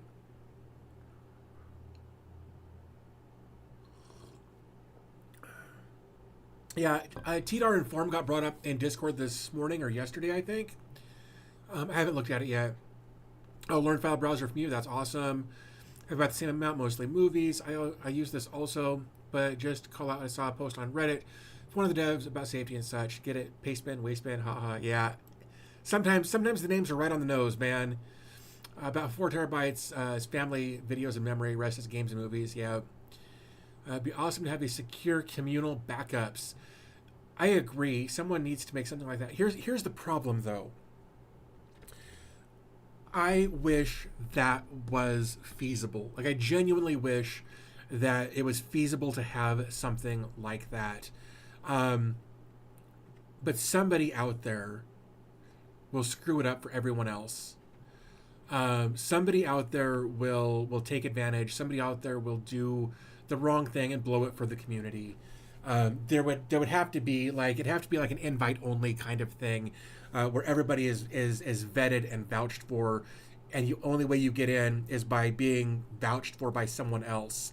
And if that person screws up, then the person that vouched for them has to suffer the consequences as well. Like, there has to be a huge checks and balances in there that I could easily see going sideways quickly, unfortunately. And that sucks. I hate that that's where we are. Yeah, so much liability, 100% Collins. That's the other part. I think you can donate your storage system to some places on the internet, like Internet Archive and Wikipedia, so there can be a massive community-based storage redundancy. Yep. Did you see the new TrueNAS beta? I don't really follow TrueNAS. It's not my shtick. It's a great platform. I know a lot of people love it and use it, and I think that's awesome. I just can't force myself to do it right now. Yeah, just imagine someone who messes up something and it just infects all of the drives, or yeah, or it gets crypto locked, or like it could go on forever. We could spend all day talking about ors or what ifs or whatever.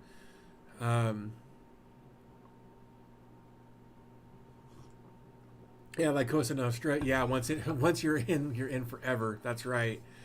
Buddy backups. Yeah. Vouch wise, I mean. Oh, right. Yeah. 100% PJ. 100%. Let's see. Let's go back over to desktop. There we go. Media and streaming. Here's a bunch of that stuff that we're going to skip over, just because, again, the mods on YouTube are stupid sometimes. Not all of them, but a lot of them are. So we're just going to acknowledge their existence. Or hosting flat out illegal content. Yeah, you would have to. Sorry, what is that? Oh, hold on. Message you on Discord. My username is okay. Okay, cool. Thank you, Allison. Appreciate that. Sorry, what does it mean a communal backup? Basically, it would be like a community. It would be like if we all came, like, let's say 10 people came together and chipped in some money and built a server to host in a data center. Then we could all have access to it because we all put hardware or time or money or all of that into it to share with other members of the community. Linus over on LTT actually talked about doing something like that with their setup so that they would have in-house infrastructure, and then their employees could then run backups of their phone and their whatever to the server rack there at LMG. Same kind of idea. You just have to make sure that there are terms and conditions in place that everybody abides by. Everybody gets a certain amount of storage. Everybody gets a certain amount of bandwidth. There's a lot of liability in that, and there's a lot of trust in that. We're hosting flat out illegal content. Yeah, all of your stuff would have to be encrypted, just because it would just have to be. What is your advice on a backup solution? Have one. All I can say is have one. Like my advice is the same as everyone else's. It's the standard 3-2-1. If you're not familiar with what a 3-2-1, if I could type backup, 3 copies of your data. It's a simple, effective strategy. So 3 copies of your data should include your original or production plus 2 more copies on 2 different media. You should store your data on 2 different forms of media. This means something different than it did in the late 2000s. And then 1 offsite copy. That's that's the ideal solution, straight from Backblaze. It wasn't HexOS like $300. It was for a while it was $100 HexOS. Let's just do this. Let's see what it looks like now. $200. Yeah, they're currently running this for the time being at like $200. It looks like. Let me actually just go to their website instead of their forums and see what this looks like. Get started. Yeah, $199 per server. That's the early access price, and then after that, it'll go to $299. It was $99 for a while prior to that, but that was for super early access. But that's lifetime access. That's you're only paying that one time. So you gotta weigh the pros and cons of that. So I was just scratching my head under operating system tab on OMV and LXC. Why then I clicked it and said you consider running it as a VM. Oh, let's see what else we got here. Oops, is that everything? Oh, geez, I'm still not caught up. Has this recently developed on Proxmox? No. Oh, Mr. Grey Wolf, you are a terrible person. Backups? That's what RAID is for. I should give you a timeout for that. Is this recently developed on Proxmox? No, this has been around for a really long time. These helper scripts have been around for a really long time. The original developer passed He's no longer with us. And so the community has taken over and has been adding a lot more to this. So this is going to look different than it used to because there's a lot more in here than there used to be. Have you ever tried Git? Yep. Collins actually covered that. I made a video about it. In fact, I use it. I use Git for my Ansible stuff. Let's see. Even use it to back up my open sense backups. We don't need no stinking backups. That's right. Bad Wolf. I agree. Hides in the corner. You should be ashamed of yourself, Mr. Grey Wolf. Cool. I think we are caught up there.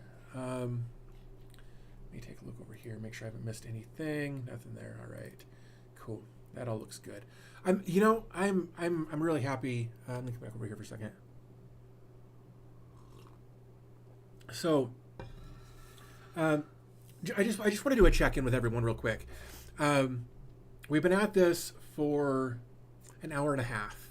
I want to make sure that the audio still sounds okay.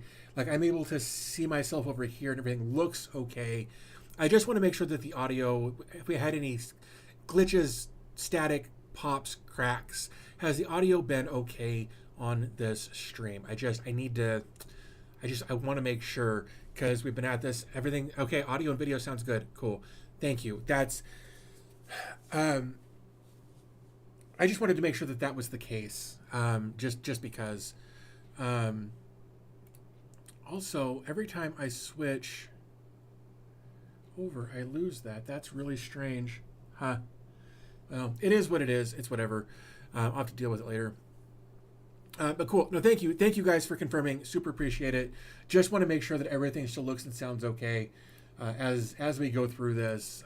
Just because. All right, everything there caught up. All right, let's take another quick look here. Also, I haven't seen any issues with regards to like keyframe issues and that sort of thing, like I was seeing so much with Streamlabs OBS. If you're curious, I'm using Meld. I've been trying to use Meld for weeks, but I just haven't been able to for a number of reasons, only to find out in our last stream that it's actually my Focusrite audio interface that's been causing me issues for so long. What GPU are you using for streaming? I'm using an older system. This system has a let me get back over to here. The system it's right over here. It's a Ryzen 5 2600 with like 32 gigs of RAM and an EVGA GeForce RTX 2070 in there. What we're seeing with Meld, I didn't change any settings. I didn't tell it to do anything. I don't even know if there's an option in here for under preferences for transcoding or whatever. It just says I can use my hardware encoder. But outside of that, it doesn't. Very high preset with hardware encoder, but it doesn't even tell me. In fact, I can check. Let's see. I'm curious. Now you've got me curious about something here. We're gonna let this settle in for a minute. Yeah, Meld is just using my GPU. Like I didn't tell it to. It just is. It's using 25% of my GPU. Meld is great. There's some things that I'm looking forward to in some future updates.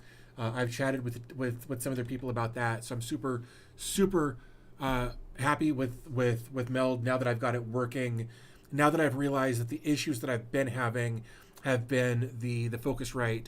In fact, I can even turn that off, I think. Yeah, I'll just turn that off. No, it should be off. Oh, no. Oh, there it goes. All right. Capacitor finally dwindled out there. No more power there. Cool. We've still got audio. Yay. All right. I miss EVGA. Yeah, me too. More familiar with Twitch, but all the chat's been on YouTube. Yeah, that's fair. That's why I try to put the... Oh, you know what? I'm glad I saw that, actually. Oh, no. No audio on Twitch. Just kidding. You suck. I think there's still some things I need to fix on... my monochrome filter is fine. I think there's some things I need to fix on the on the chat there. I was just looking over here and saw that part of it was cut off. I apologize for that. Anyway, let's come back over to here. Yeah, there we go. Why are you black and white on Twitch? Because I can be. So what's actually neat about this, I guess, we'll just, you know what, screw it. I lied. Let's go to my desktop, right?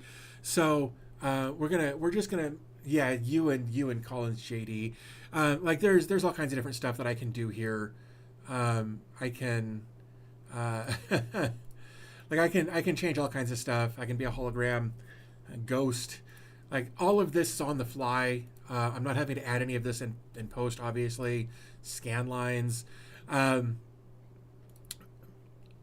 one thing that I wish with these different filters that are available here is if I come in, let's say like to smooth, that's what's on right now. It's set to 0.29 in the settings.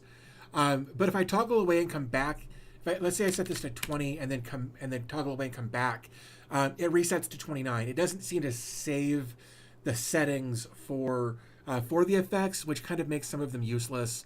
But again, I've been wanting to use this. I'm glad that I'm using it today. This colored, is that the one you're talking about? There's also duotone, a couple of different purple options there. That's colored. That is duotone.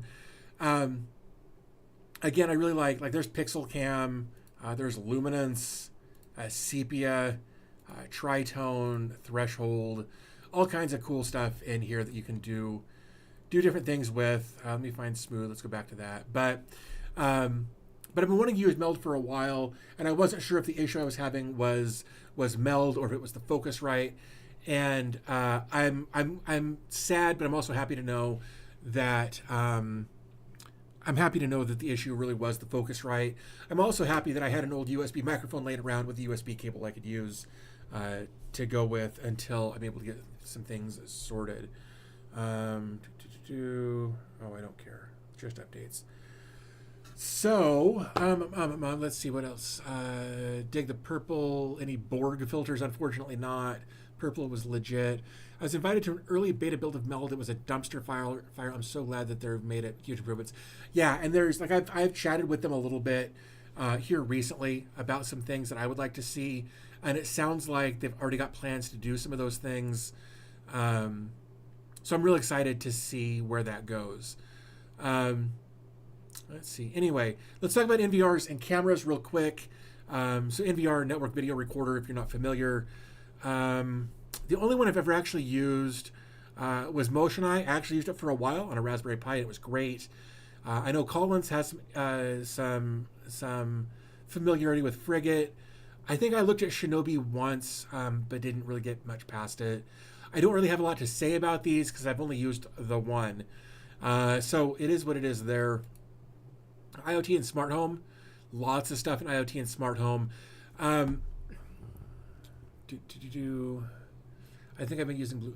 Oh, so you're right, Collins. My bad. Scripted, not Frigate. You're right. So ESP Home, EDCC, HFEM. I don't know what that is. Home Assistant Container, Core, or OS. You've got some different options on how you want to install that. No longer though. Went back to the dedicated NVR from Reolink. N8N is something you've been looking at playing with for when you have the time. I've tried looking at it. Like I really, in fact, I find it interesting for automation. So I use an automation for a lot of stuff, and I've been super disappointed with it lately. I've been having a lot of issues with it lately. Everything was working really, really well, and then they made some updates to it, and it's kind of fallen off in my opinion. But like I've made videos about N8N and Node-RED, though they weren't good videos. They just weren't good videos. Podman, Home Assistant Container, Tasmo Admin.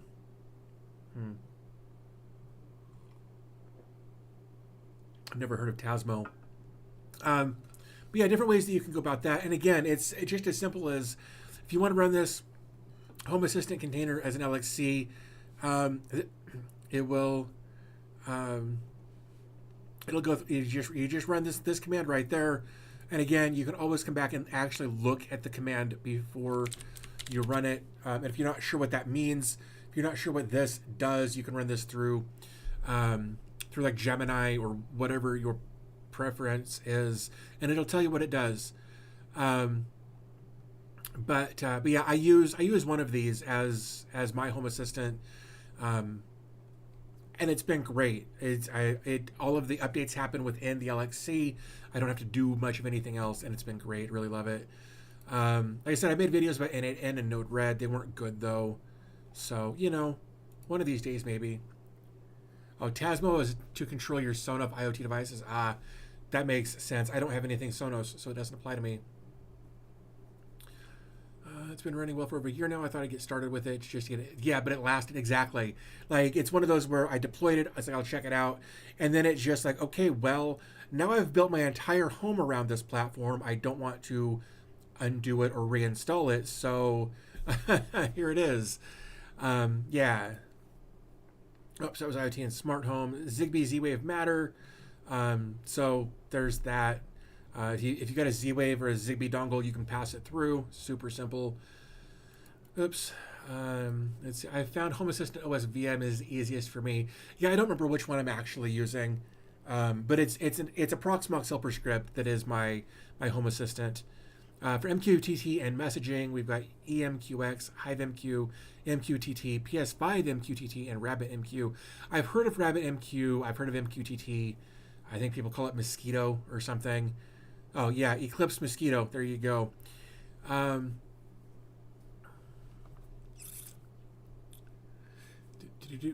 found a Home Assistant. Okay, for Home Assistant, I've been looking to getting the hardware version of Home Assistant and the new Home Assistant voice module. I thought that would be really neat as well.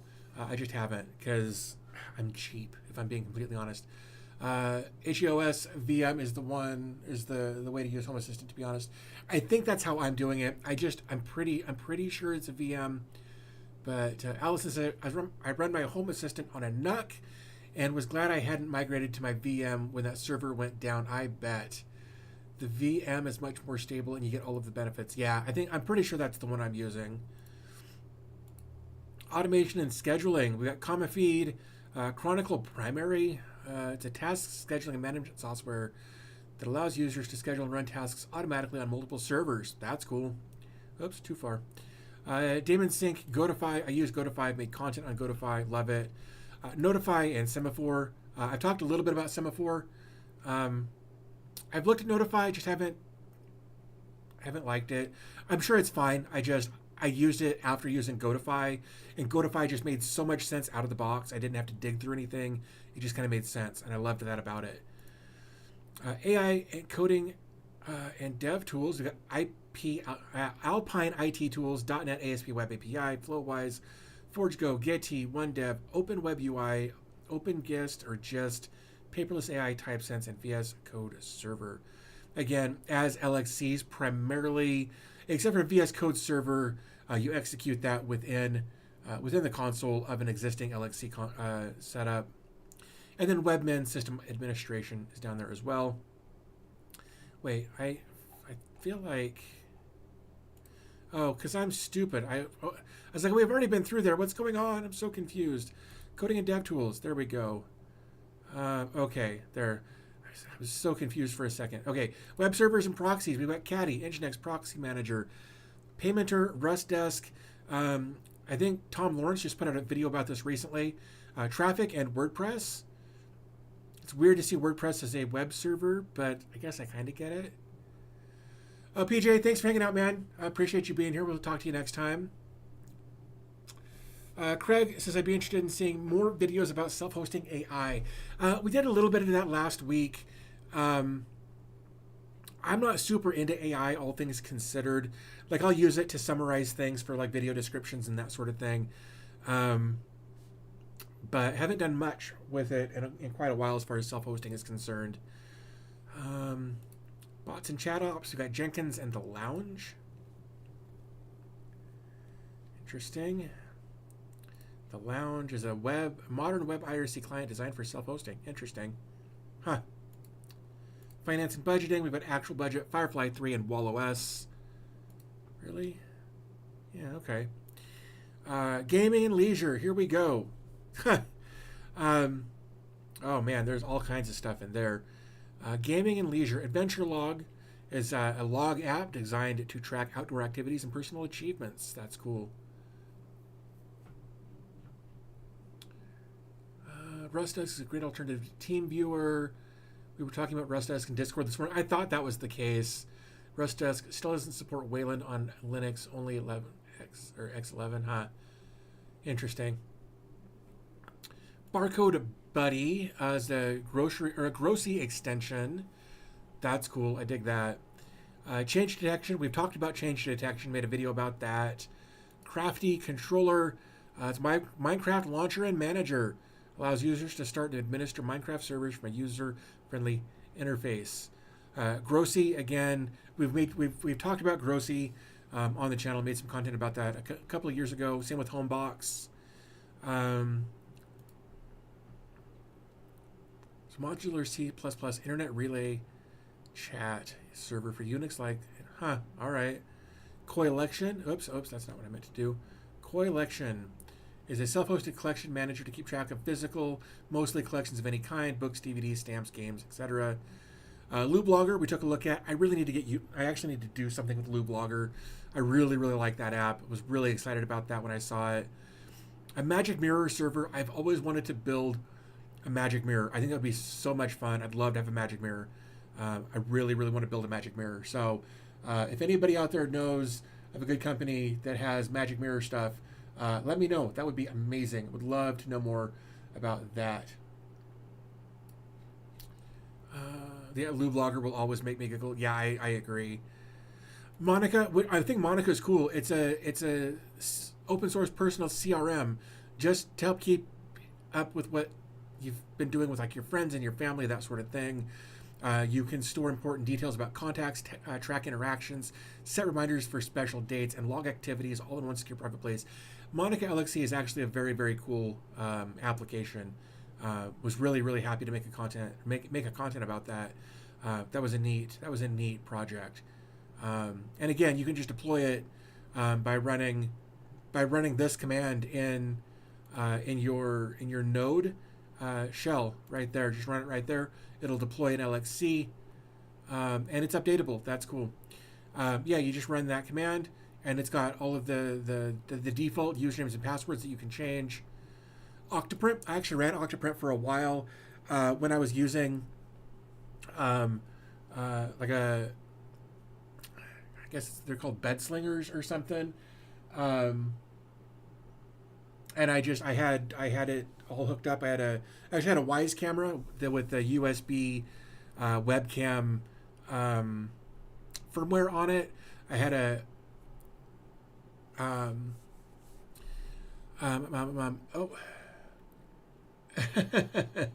OMG WTF, Twitch is now following. Well, thank you for that. Super appreciate it. I had it so I could monitor multiple things, and I could manage prints remotely, and I could watch prints remotely, all that kind of stuff. How exactly does one update LXCs? That depends. If we're just talking about updating the LXC, you can come in to here where we've got this. We can do like apt update. We can do it this way. We can do upgrade, for example. We're not going to do that right now, but we can do it that way to update the LXC itself. Depending on the application, very often, like when you're logged in to like here, right? We'll do Pi-hole. Sometimes in here, like when you get into the dashboard of an app, there'll be something in the footer or in the header or something, like on AdGuard, for instance. AdGuard. I don't even know what the IP address is for that, but like I can log into my AdGuard instances and it'll be like, hey, there's an update, click here, and it will update. So it depends on how the LXC is built. Colin says, I just moved over to using Dozzle Agent instead of Docker Socket for monitoring all my Docker hosts. Looking at Dozzle a little while ago, wondering why my hosts weren't reporting. Peter says, hello, gentlemen. Sorry I'm late today. What did I miss? A whole bunch of stuff, but it's fine. Geez, excuse me, little burp there. Yeah. So we're checking out Proxmox Helper Scripts. We started up here at the very top with Proxmox and virtualization. We kind of skimmed through most of this. We're on gaming and leisure, and we're down to Octoprint right now. Just chatting, just hanging out, taking a look at different things. I never gave the stack for Dozzle an agent a restart policy. I have done that. Oh, I've done that. Yeah, there you go, Allison. Perfect answer for that. Thank you. Thought I'd leave your stream on in the background while working on a year ago, but it's too interesting and I've done nothing. I'm sorry and thank you. I learned Semaphore Ansible the other day, had it as a test setup to run a playbook called Pi-hole up without knowing there was a major Pi-hole update and that borked that install. Thank goodness for backups. Yeah. That's why automated backups can really screw things up. Sometimes you should type update inside your LXC. That's true. Sometimes, though, depending on the LXC, you can't do anything in the shell once you're in there. I think Home Assistant is like that, but Home Assistant allows you to update from within Home Assistant. Also, the other thing is if we come into Proxmox and virtualization, I do an update. Yeah. Proxmox LXC updater and update repositories. You can also run these. You can also run it on a cron. There are other options in there that will do that. Does that update? Wait, hold on.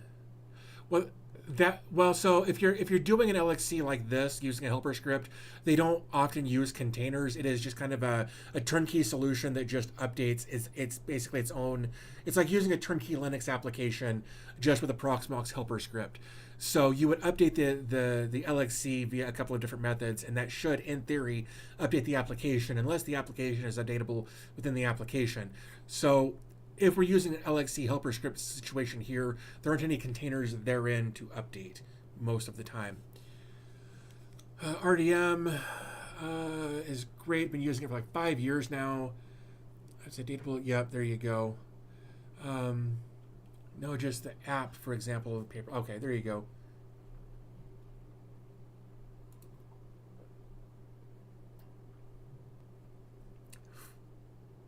All right, gaming and leisure is where we are. Octoprint, again, I think I've made a video about Octoprint at some point. We've got PF2E tools. I don't know what that is. Open source website aiming to provide tools and information for Pathfinder 2nd Edition players. Oh, there you go. RSP to web, Spoolman, self-hosted web service divided to help you manage your 3D printing. Oh, cool. I don't do that, so that doesn't apply to me. But that's for 3D printing. Tandoor recipes, I think we talked about in a video before. I noticed no image LXC. That's a good point. I hadn't thought about that, but you're right. I haven't seen that either. I think the reason for that is image has been going through a lot of changes over the last couple of years, and I think they want to wait till it's a bit more stable. I would assume. I've got no insider knowledge on this. I would just assume they want it to be stable for a little longer before they go that route. So yeah, I think that's what's going on there. Oops, what's going on there? That's weird. All right. So we've taken a look at Tandoor recipes. Is great, but they're under heavy dev work. Okay, so that's at least a little consensus for me. Thank you, JD. Appreciate that. Wavelog is a self-hosted PHP application that allows you to log your amateur radio contacts anywhere. All you need is a web browser and an active internet connection. I don't do amateur radio, so that one doesn't really apply to me either. Let's see what else we've got here. Man, we're actually going to get through all of this. I am shocked. I didn't think we were going to get through all that. Business and ERP, we've got Dolabar. It's a ERP CRM, modern software to manage your company or foundation's activities, contact suppliers, invoices, orders, stocks, agendas, accounting, etc. That's really neat. In that case, I'll just spin up a VM for it. That's fair. Ghost is cool. I actually used it for a while for dbtech.fans, but haven't used it in more than a year, really. Like I've played around with it a little bit. Right, like this is an instance of Ghost I've got up and running, but I can't use it because I can't easily delete all of the tags that it brought over from WordPress, because there are a lot of them, and there's no tag manager to speak of to mass manage tags. So GLPI is an asset and management software package, data center management, ITL licenses track. Oh, that's neat. Might have to look at that. It's a free asset and IT management software package, data center management, ITIL service desk, licenses tracking, and software auditing. Huh. Never heard of it, but I want to look at it. We're gonna look at this picture right here. Oh, huh. Yeah, that might be worth a look at some point. This GLPI, that's pretty neat. We've got Kamai. Kamai is an open source time tracking software. Mattermost is an open source platform for secure collaboration across an entire software development lifecycle.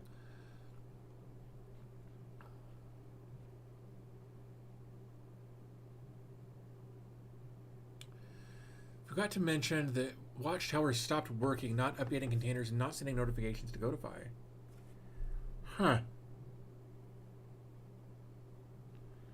That's interesting. Let me see here. I feel like I may have just. I mean, it's working for me. I'm getting my notifications right there on Godify via Watchtower. I need to look at What's Up Docker, just because it's a thing, but I just haven't really taken a lot of time to look through it. But yeah, no, Watchtower and Godify is working for me. Collins is saying the same thing. Now, that's not to say, like, for instance, 0.185. I have had an issue, and I think it's my fault. Yeah, I'm wondering that same thing. Containers, yeah, Watchtower here. So I wonder if you don't have a restart policy on your Watchtower, because I've had that happen before. You've got to make sure that your stacks, Watchtower. Oh crap! I can't show you that. I don't think. Let me do this real quick and just check. Oh yeah. In fact, here's a good example of that. I'm going to delete this just real quick, and I'm going to delete this real quick. This is the issue that I have that I need to fix as well. Something similar to what Collins was talking about a minute ago. If we take a look at this Docker Compose that's in Portainer here, I don't have a restart policy in here. And that if this goes down, it's not going to come back up, and I'm going to stop getting notifications from this particular instance of Watchtower because there's no restart policy in here. So I need to go in and add one and redeploy it, and it should be fine. So I would definitely take a look at that as well, just to make sure that wasn't the issue.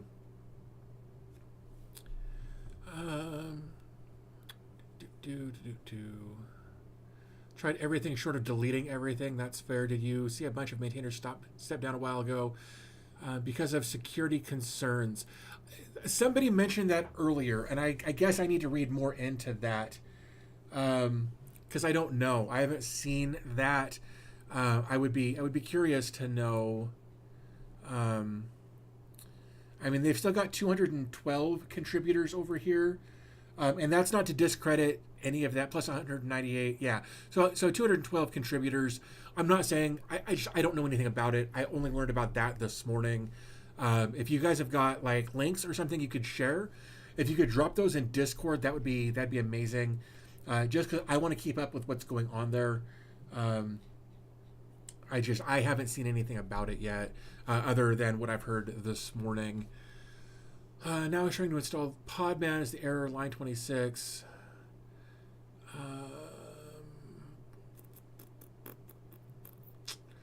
That's weird. I'd have to dig more into that. Huh. Kuda says I use self-hosted SMTP for notifications. Nothing wrong with that. Okay, so you do have a restart policy, and it's still not working. A missing restart policy screwed me on my VPS this morning. None of the containers had a policy set, and that's been fixed. That's good. Dude, I've done that so many times. I've done that so many times. It happens. In fact, I just showed, right? Like I don't have a restart policy here. I need to fix that, but I'll do that later. Oops, no, I said leave. That's fine. I don't care. I don't want to save anything there. NoCoDB, so a no-code database, NodeBB, PartDB, Snipe It. Really need to get Snipe It back up. I've had people ask for a new video on this. It was added December 1st of last year. I think the video I did is pretty old. If I go to Studio, I just want to see. When. Oh, hey, that's neat. Thanks, guys. Right, Snipe. Oops, Snipe. Yeah, October of 2021 is when I made a video on Snipe It. So I probably should readdress that. I think it was on version 5 then. It's on version 7 now. So yeah. Oh, and then there's a post install for right there to take a look at as well. Yeah, it's an open source asset management as an IT operations, knowing who has what, when it was purchased in order to depreciate it correctly, handling software licenses, etc. Wait, what was this? Goncav is now following. Thank you. Appreciate you. Thank you for following. That's great. Zamid is a help desk customer service system with many features to manage customer communications via several channels like telephone, Facebook, Twitter, chat, and emails. That's cool. And it's updatable, I would assume. To update Zamid, run the command below. You can just run that command and it'll update. Or type update in the LXC console. There you go. There's how to update them. And you just hover over that and it'll tell you. That's neat. Checking laws gets me this fatal message. Only scheduler or interval can be defined. Well, it sounds like you've got two different environment variables in there that are contradicting each other. What's up? Of course he wants to go jump on the trampoline. Of course he does. Come here. Yeah, come on, jerkface. Let's go. Yeah. Yeah, there you go. Yeah. Go ahead, dude. It's open. Yeah, I know. Go, go, go. Go, go, go. Oh, go, go, go. I'm glad you're being good. Oh, thank you. There we go. Anyway, I'll pass that on, JD. But yeah, Zero, it sounds like you've got two environment variables that are contradicting each other. Delete one and see what happens. No, go away. You dork. He has special needs, and he really, really likes to see himself on camera. He wouldn't be able to over here anyway, because I'm just barely down in the corner over there. Anyway, I'll pass that on. Thanks, JD. All right. I guess we're down to just miscellaneous here. Let's see. In terms of Docker Compose stuff, what do you think about security op? No new privilege is true, and we should use it. I mean, I don't think there's anything wrong with that unless it needs to run privileged. I don't see why you wouldn't. If you want to give yourself a bit of extra peace of mind, adding the security option in there. There are certain containers very often when they need to connect to the Docker socket that need to also run privileged. So you couldn't use it in that case, but on anything else, you absolutely could. And I feel like it might be helpful. I don't see why you wouldn't. Let's see what else we got over here. Make sure I'm not missing anything there. Twitch looks good. YouTube looks good. Cool. So, miscellaneous. Last 7. Apache Guacamole. I'm curious about this one because my understanding is that like Guacamole got maybe it didn't change as much as I thought. I feel like I'd read something or seen something earlier about Guacamole not being updated recently or something. I don't know. But anyway, if you want to deploy Guacamole, you can do it with that command right there. No, nothing in here about it being updatable. So I don't know how that would be handled. So I can't give you any information on that. By call is a lightweight CalDev and CarDev server. I don't use CalDev or CarDev. I know some people do. I haven't. I don't have a need for it.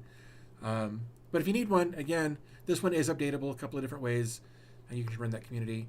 They have an LXC container which updates the other LXC containers. Oh yeah, that's true as well. That's fair. I would just be curious to what that would look like. I just haven't done it yet. ListMonk is a high-performance, self-hosted newsletter and mailing list manager with modern dashboard. Searching I tried Bacall briefly. It seemed like a decent alternative to using like Google or something for contacts. Okay, that makes sense. I guess that makes sense. We took a look at searching or searching or whatever it's called in a recent video. Had some good chats in the comment section about the pronunciation. This one does require a bit more with 2 gigs of RAM and 2 CPU cores and 7 gigs of storage. So that's something. We've also got Tracar as an open source GPS or tracker. See, I see Tracar, which if I remember right is what they use in embalming. So a tracker is an open source GPS tracking system. It supports more than 200 GPS protocols and more than 2,000 models of GPS tracking devices. That's cool. Unmanic is a simple tool for optimizing your file library. You can use it to convert files to a single uniform file, manage file movements based on timestamps, or execute custom commands against a file base. Cool. And then we've got Hoogle. And yeah, it's Hoogle. We've talked about Hoogle. There's been some issues with Hoogle, not with Hoogle specifically, but with the API calls or the JavaScript calls or something that Hoogle used in order to communicate with Google to pull information.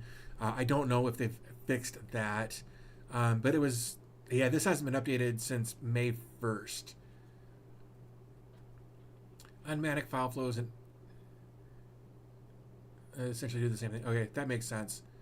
I didn't think we were going to get through all that, and we did. We looked through basically all of that. We looked through a whole bunch of stuff right there. That's crazy. I genuinely didn't think we were going to look through all of that, but we did. We did it as a team. I personally prefer TDAR. I have tried to use TDAR, and I am not smart enough to get all of the things to work together. I would love to. I would genuinely love to do that. I've never been able to get it to work in such a way that I could standardize all of my media. I've just never been able to figure out how to do it, but I'd like to. Yeah, TDAR is great once you learn how to configure it, but it's a pain to do that. That's been my experience. It's not been a great experience at all. It has not been a great experience at all. But then like TechnoTem did a video on it, saved himself a whole bunch of space on his file server. Hold on 1 second. Go play. Don't just stand there and kick the rocks around. That's super annoying. Thank you. Anyway. A couple of years ago, we redid the backyard to kind of take over, to make it nicer for all of us to hang out in.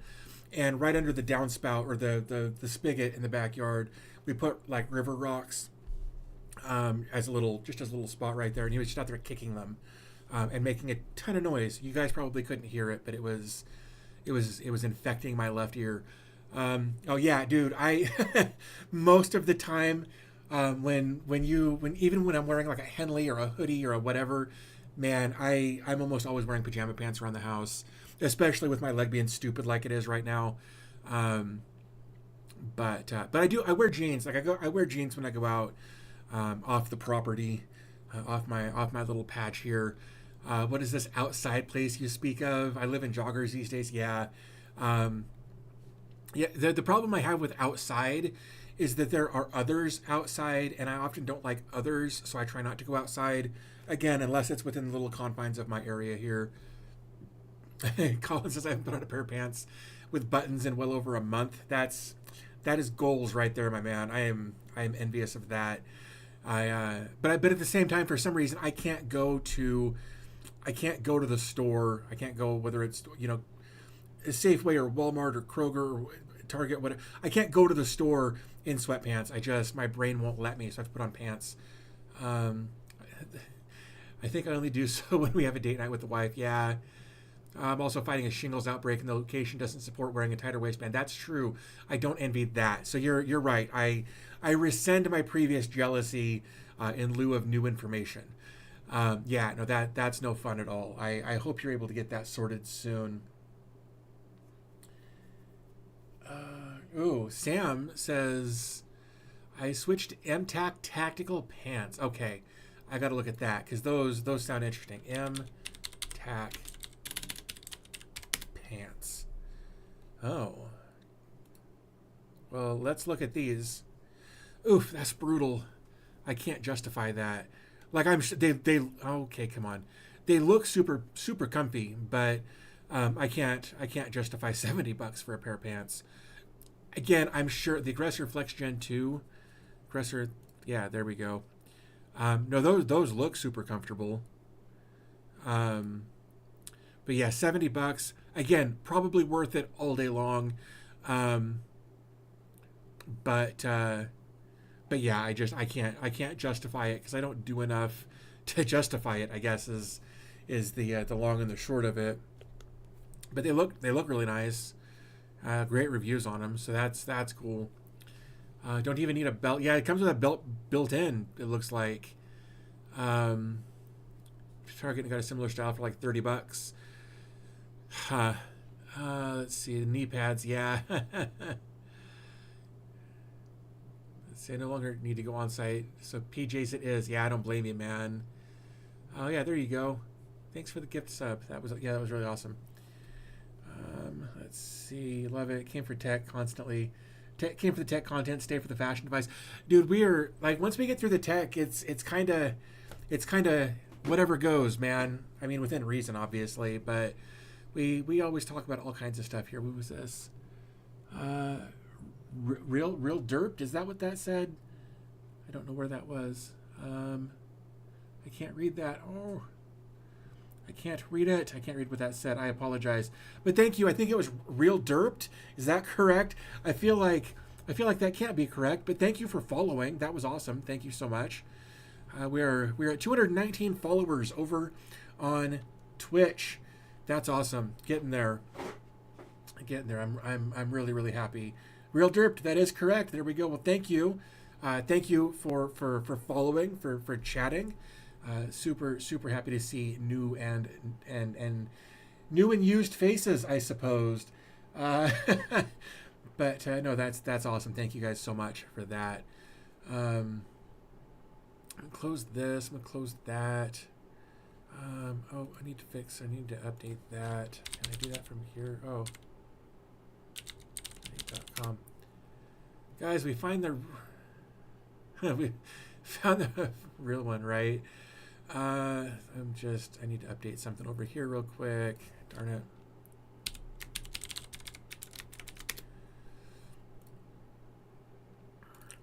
I'm just updating Social Blade. I'm neurotic about Social Blade with regards to certain things. And then refresh.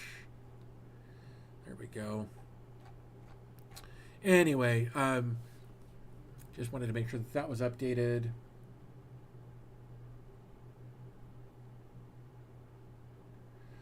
Oh, Sam's asking the tough questions here.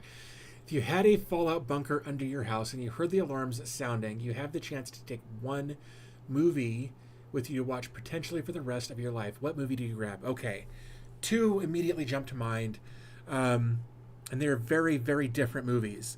Either The Jacket. The Jacket's a great movie with Keira Knightley and Adrian Brody, I think. That sounds right. Love that movie. Love it. The other one that I might consider would also be Mirror Mask. They're both... hold on. The Jacket. So, desktop. Yeah, so Adrian Brody, Keira Knightley. It's also got Chris Christopherson and Jennifer Jason Leigh and Daniel Craig, and it's got a great cast. And the way the story is told is amazing. I love the intertwining timelines. They did a really good job with that.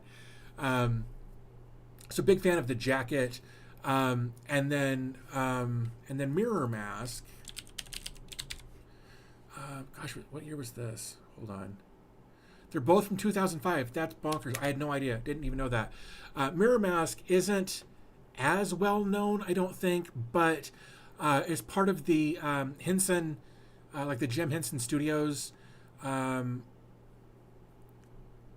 Just a great movie about the adventures of about Helena. Let's see if I can find. Yeah, there's just some crazy artwork in it. No, I don't want that. I just want to. I want to look at pictures. There we go. Yeah, it's this mix of reality and practical effects and great storytelling. That's sponsored. These are different characters. There's Valentine. He's hilarious. Yeah, like these are just characters, different scenes from the movie, and it's this mix of real and not real, and again, kind of converging timelines of her dream state and reality state. So great movie. Some similarities between the two of them now that I really think about it, but I'd have a hard time picking between those two. If I'm being honest, they're both great movies. Yeah, Henson is the GOAT. I agree. Not a movie, but Silo. I've looked at Silo. I just haven't watched it yet. I've heard really good things about Silo. Can I just grab my Unread server and take all my media? It would be faster to unplug and take than export a movie. Yeah, I kind of had that same thought. Like, if I can just grab my Synology device and be out the door, then I'm golden. But if I had to pick, it'd be hard to pick between those two movies. I think they're a couple of my favorites for a really long time. Let's see. Oh, and it would fit, and Silo would fit topic wise. I don't know if I have Silo drama series. In a ruined and toxic future, a community exists in a giant underground silo that plunged hundreds of stories deep. People live in a society full of regulations they believe are meant to protect them. Interesting. Oh, awesome, Zero. Glad you got that sorted. My family would agree with those picks. Let me rephrase that. My wife would agree with those picks, I think. We're both big fans of both movies. For the kid, man, because he needs to have his own thing running right now. Probably Lilo and Stitch. If I had to pick one for the kid, he's a real big Lilo and Stitch fan.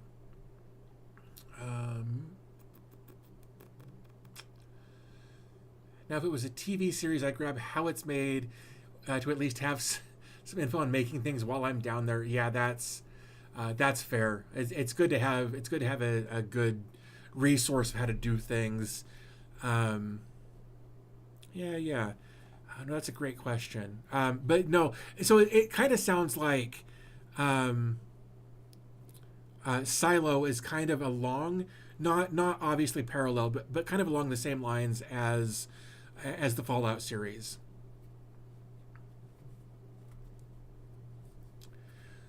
Just with like they're underground, they're doing this thing, they think it's good for them, but is it? We don't know, and then we find out. Yep, similar. Okay, cool. Yeah, then I may really have to take a look at that. I've had other people recommend it to me as well.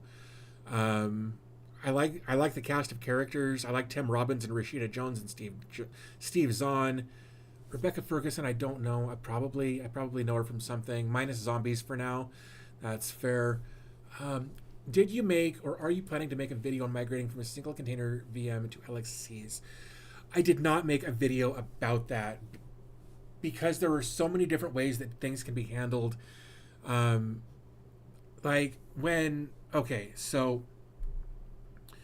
prior to breaking everything out into individual LXCs, I had one VM, or I was actually bare metal with everything on it, and I was hosting everything inside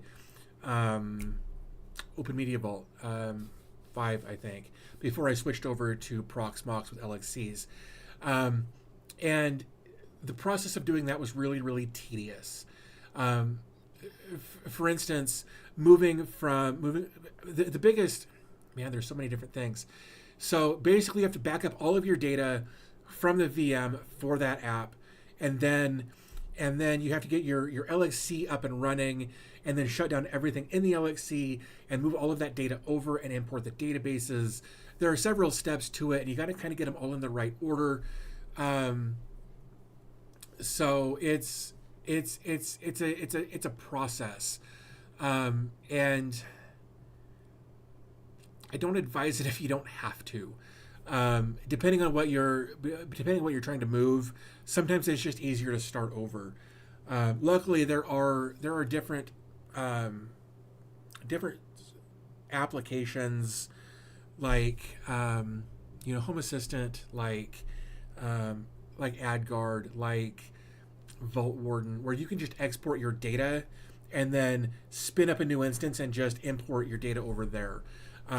If you've got that option, I would go that route. Trying to move data from one thing to another manually can get really, really tedious and can be dangerous if you don't have everything packaged up just right. Mindban says, hi all. Well, thank you, Mindban, for joining. What is your favorite word? Mine is super ironic. That's a big, long word. I don't know what it means.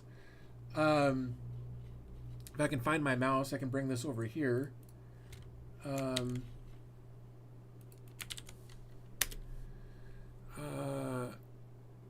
Is the fear of long words. That is pretty ironic.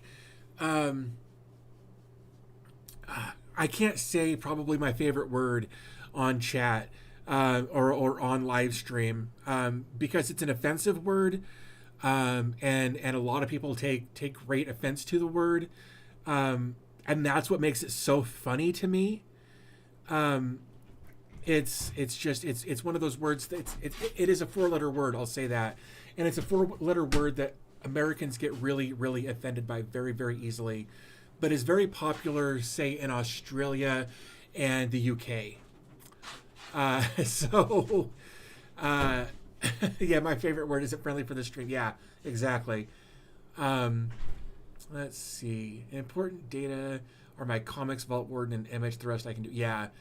I've been running a Docker LXC for quite a while now. Everything seems to be working great, but I have some weird journal CTL entries that I can't find anywhere on Google. That's interesting. Just putting as in this was evil. Would it have to be English? Okay, that I know that's a real word. That is insane. Let's make sure I'm not on screen here. We're gonna do translate, and then we're gonna go detect English or detect language and put it into English. Well, it came up as not anything there. I'm sure it's something. I just don't know what that is. Andreas, also a great song. That you got it, Mr. Grey Wolf. Only Germans can say that. Yeah, no, that normal thinking word is it's a great word because it's so offensive, and it's just a word. And it's not racist. It can be used for anybody, male, female, young, old, black, white, whatever. Like it's a word to encompass so many things. Like yacht, who came up with this crap, right, dude? Or the I before E rule, except for all of these other. Yeah.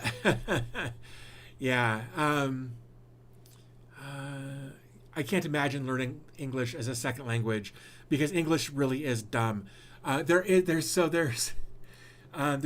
channel that I love that's been showing up in my it's been showing up in my shorts. I've been showing up on YouTube shorts. I think it's called like Real Japan. Yeah. These guys are hilarious. I don't want to have anything playing there.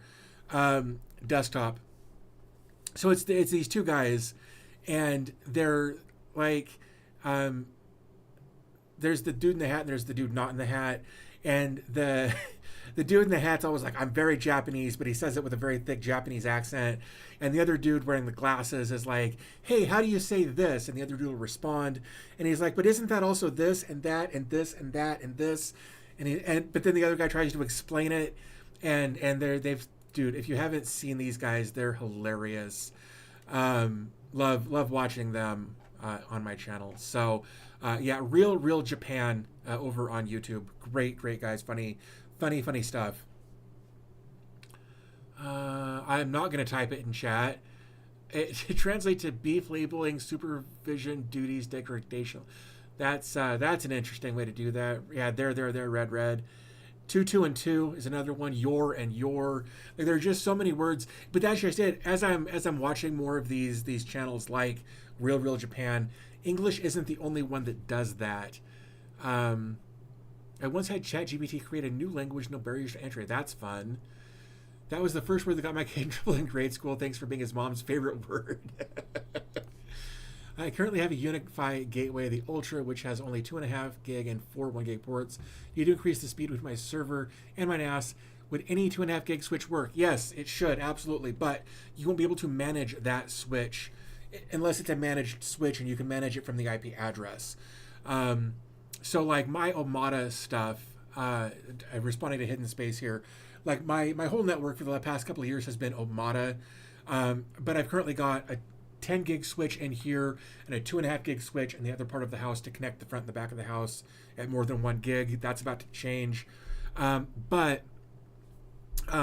yeah, it should work as long as the switch can just switch without having to be managed. You should be all right. That's how I've been doing it with the Omada stuff for a long time. Just 2 unmanaged switches. It's been fine. But again, you can't manage the individual ports on an unmanaged switch. So there are some downsides to going that route. There you go. JD's got the right answer there. Loic Superville is also making fun of French language. The management will only be on the switch. Yeah, there you go. There you go. Glad we agree on that. That's because like I honestly kind of had the same question when I realized I wanted to put a 10 gig switch out here. I remember, who is it? It's a Yuan Lei 10 gig switch. It's like $180 or something, and it was great. It is great. It works really well. But no, it's been super solid. I've been really happy with it. Again, that said, I've got some UniFi stuff that's going to replace the Omada stuff out here, hopefully here in the next couple of weeks. Let's see. Yep. All right. Making sure I'm not missing anything.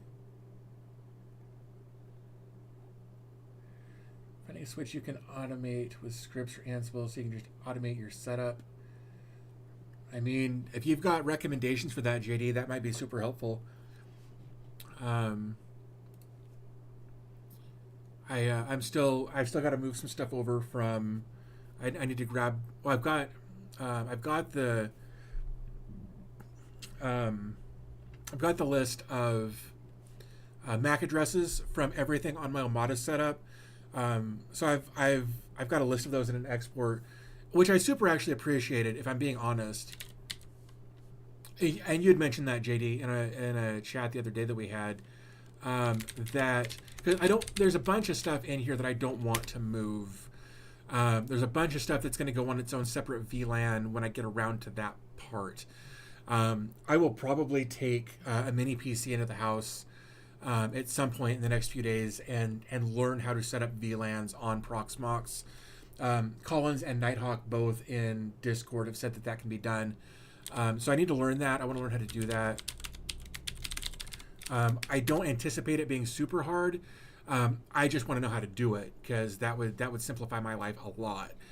I use VLANs as well. I only have a couple of VLANs set up, and the way I've got it set up is not great. Like it's genuinely not. I think I've got 2 VLANs, and they're not secured in any way. Like I did a real crap job of setting all of it up. That's fine, whatever. So what I want to do is come over to here, internet, no, LAN. Where was it? Default, is it here? Edit.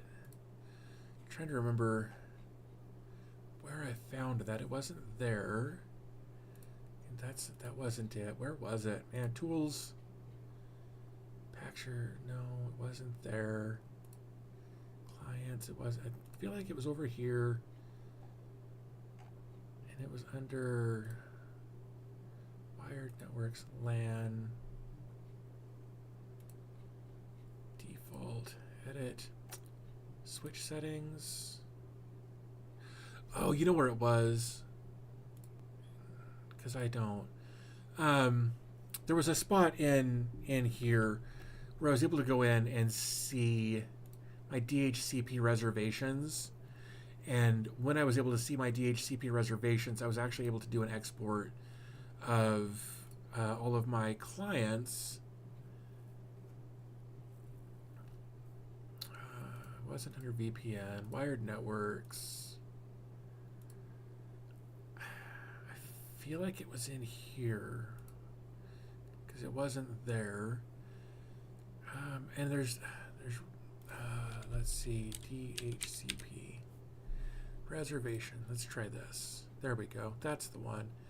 I remembered it was here. There we go. All right. So under DHCP reservations, so it's under, I was under services, DHCP reservations, and then here are all of the MAC addresses. And then from here, I was able to click export, and it just gives me a CSV export of all of the devices connected, and it tells me whether or not the DHCP reservation is enabled or not. So yeah, I'm really glad I've got this. Like most everything that I've got is on a DHCP reservation.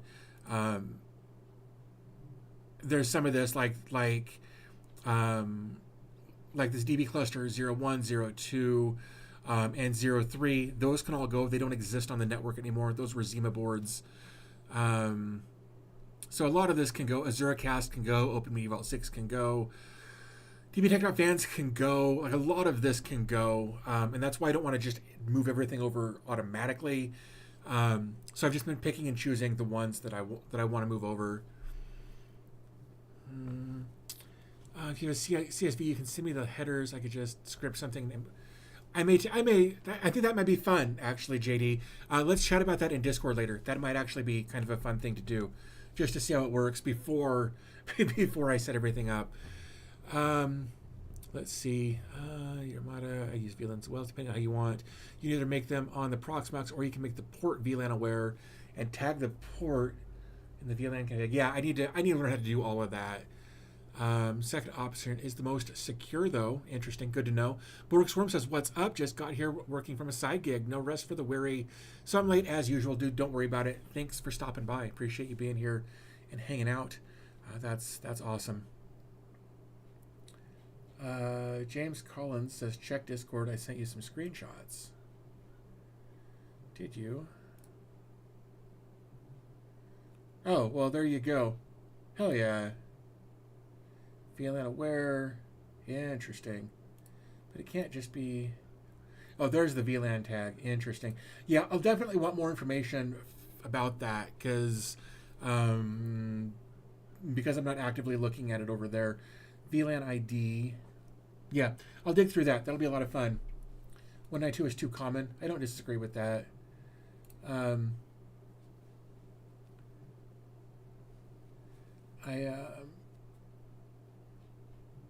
Here's the thing with my stuff. Even though 192 is super common, I agree with that. I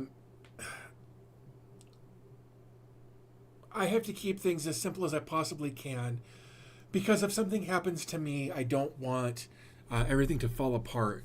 And I know that's real weird for me to say, but with my medical stuff, I could land back in the hospital for a month or 6 months or permanently. And I want to make sure that everything is easy to manage for the next person who has to come in here and deal with it. I saw you manage your LXCs from Portainer. Hope you have a video on how you set that up. Do you? I do not. We've talked about it in previous live streams, though. It's actually super easy, and I can show you sort of 180. Oops, 0.185. Right. So let's zoom out a little bit. Was it down here? I don't remember where it was. Let me do full screen on this. Somewhere over here. I know you can't see my screen. That's on purpose. Environments. Here we go. Yeah, I think this is it. Yeah. Okay, here we go. Okay, so let me drop this back down. So open that up. All right, cool. Now, desktop. Right. Let me make sure that that's correct. There we go. Cool. So this is where I have everything set up and running. Right. This is kind of my master node. And here are all of the different Portainer instances that I have available from here. All you've got to do to make this work, you'll need Portainer on both instances. And then you can just go over here to environments, and you can click on add a new environment.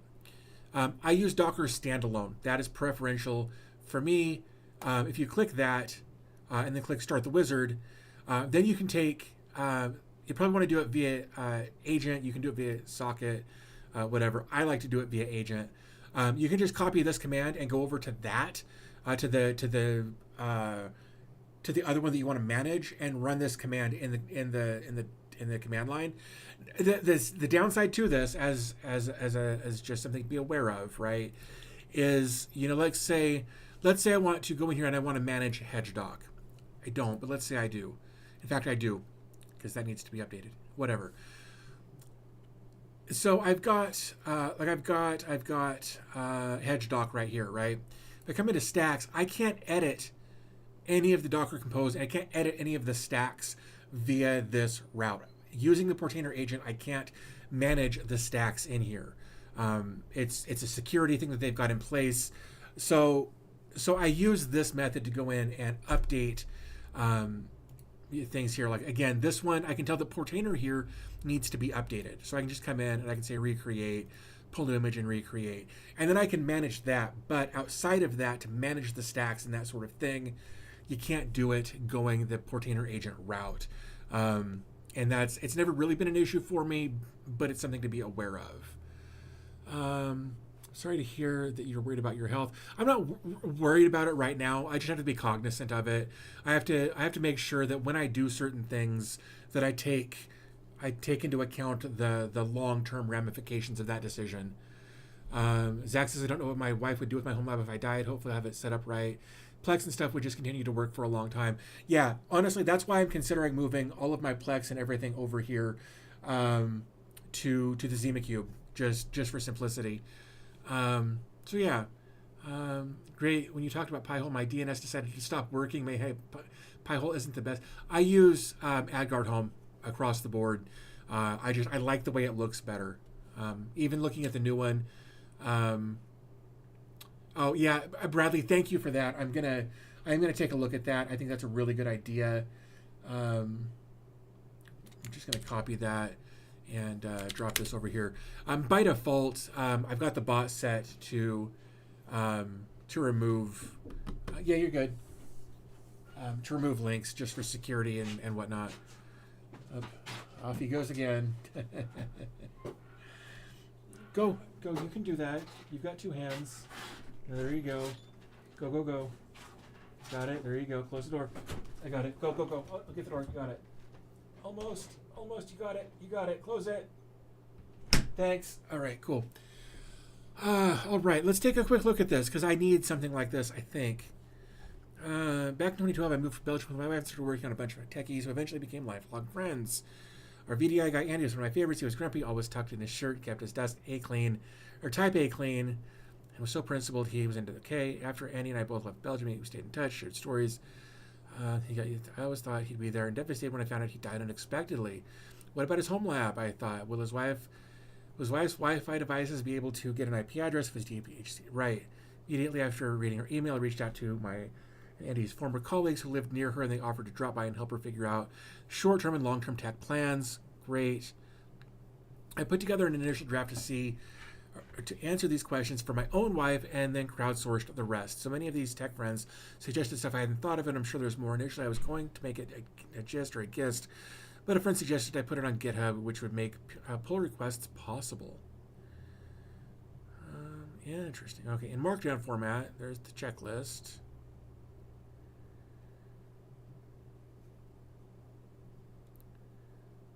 If you're reading this, I, like Tommy, have disappeared.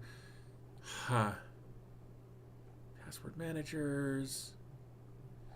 Yeah, I really need to do something like this. Yeah, no, I think this is great. Yeah, I'll definitely keep taking a look at that.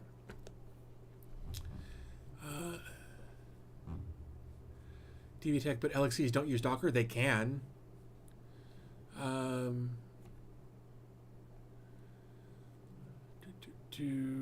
Yeah. In fact, like all of like, just to show you here, desktop, like Blue Wave Uptime, Komodo, Zero Tier, Postas, Seal Note, SafeLine, all of these are LXCs that I installed Docker on. Um,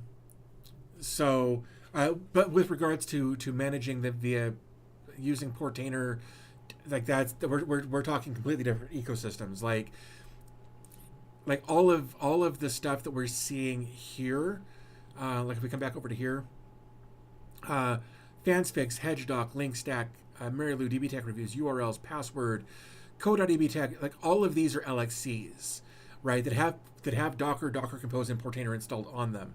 And this is how I've been doing it for a long time because it makes sense in my brain. If one of them gets compromised, one of them goes down, whatever, it shouldn't, in theory, then affect anything else on there. Dude, Sven, you're a rock star. Thank you so much for gifting those subscriptions. Thank you very much for that. You seriously, that helps me out quite a bit and gives people access to ad-free content. So thank you for that. That's really cool of you. Let's see. Am I linking that in Discord? Oh, yeah, I can hear. Oops, that's not what I wanted to do.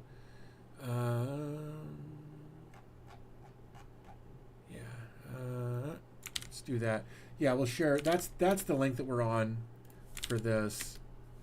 Just want to make sure that that's all there. I can update LXCs from Portainer as well within them. You can't update the LXCs. You can just update the Docker containers that are in the LXCs. To update the LXCs, you would need to go with something like Ansible or equivalent, or manually just log in and update them. Every, I think, Saturday morning, Ansible does its thing. It updates all of my LXCs for me. I haven't had good luck doing that with virtual machines yet. But it's been working really well for LXCs, so I've been using it that route.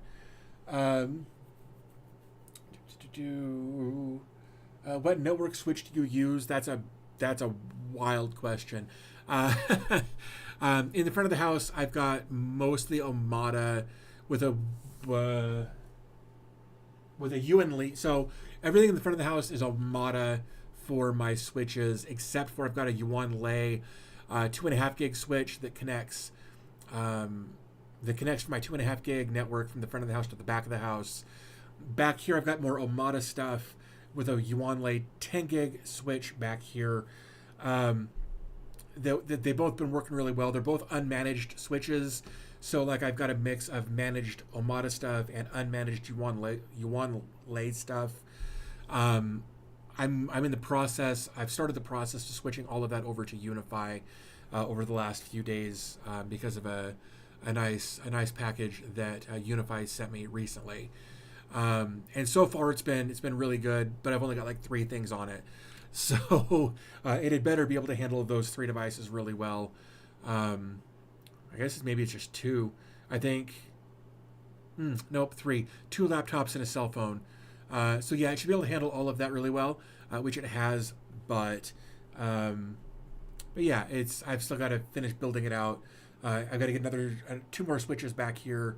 I've got a 24 port switch that's going to go back here, as well as a 10 gig switch. One's rack mountable, one's not.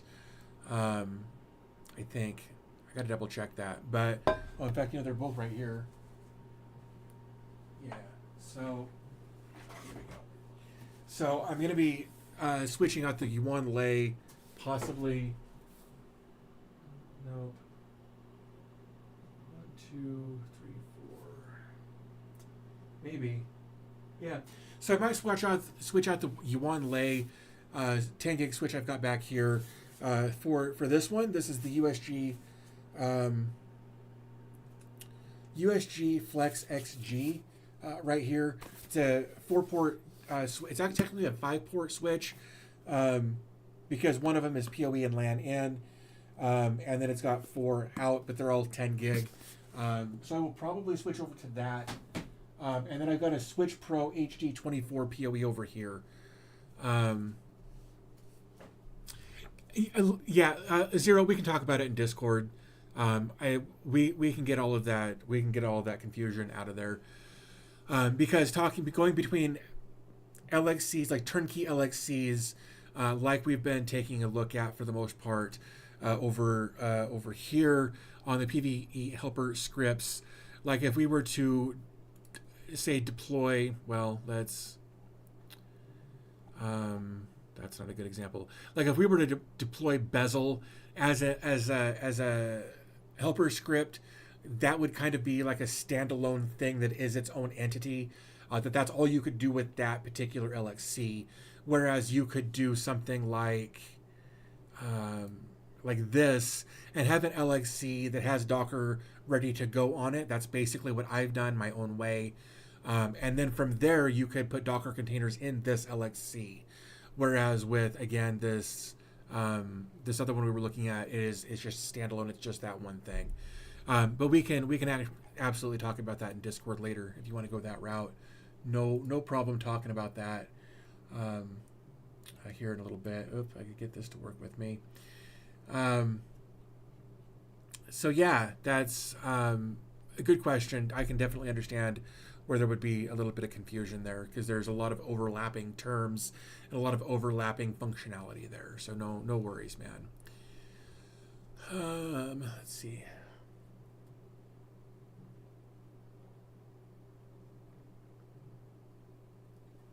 Oh, that's so good. Just regular old tea. Let's see. Yep, definitely. Oh, you know what? I need to save that. I actually want to save that that EOL DR link that I shared a minute ago, just because I think that will be useful for me later. And I've got a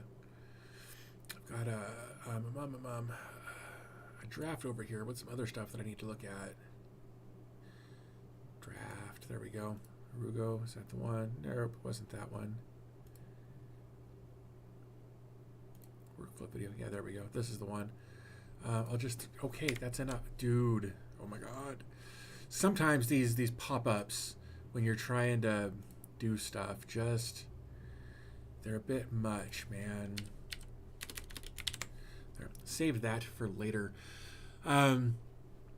So yeah, I'm going to save that so I can take a look at it later because I really do want to look at that EOL stuff. I think it'll be super helpful.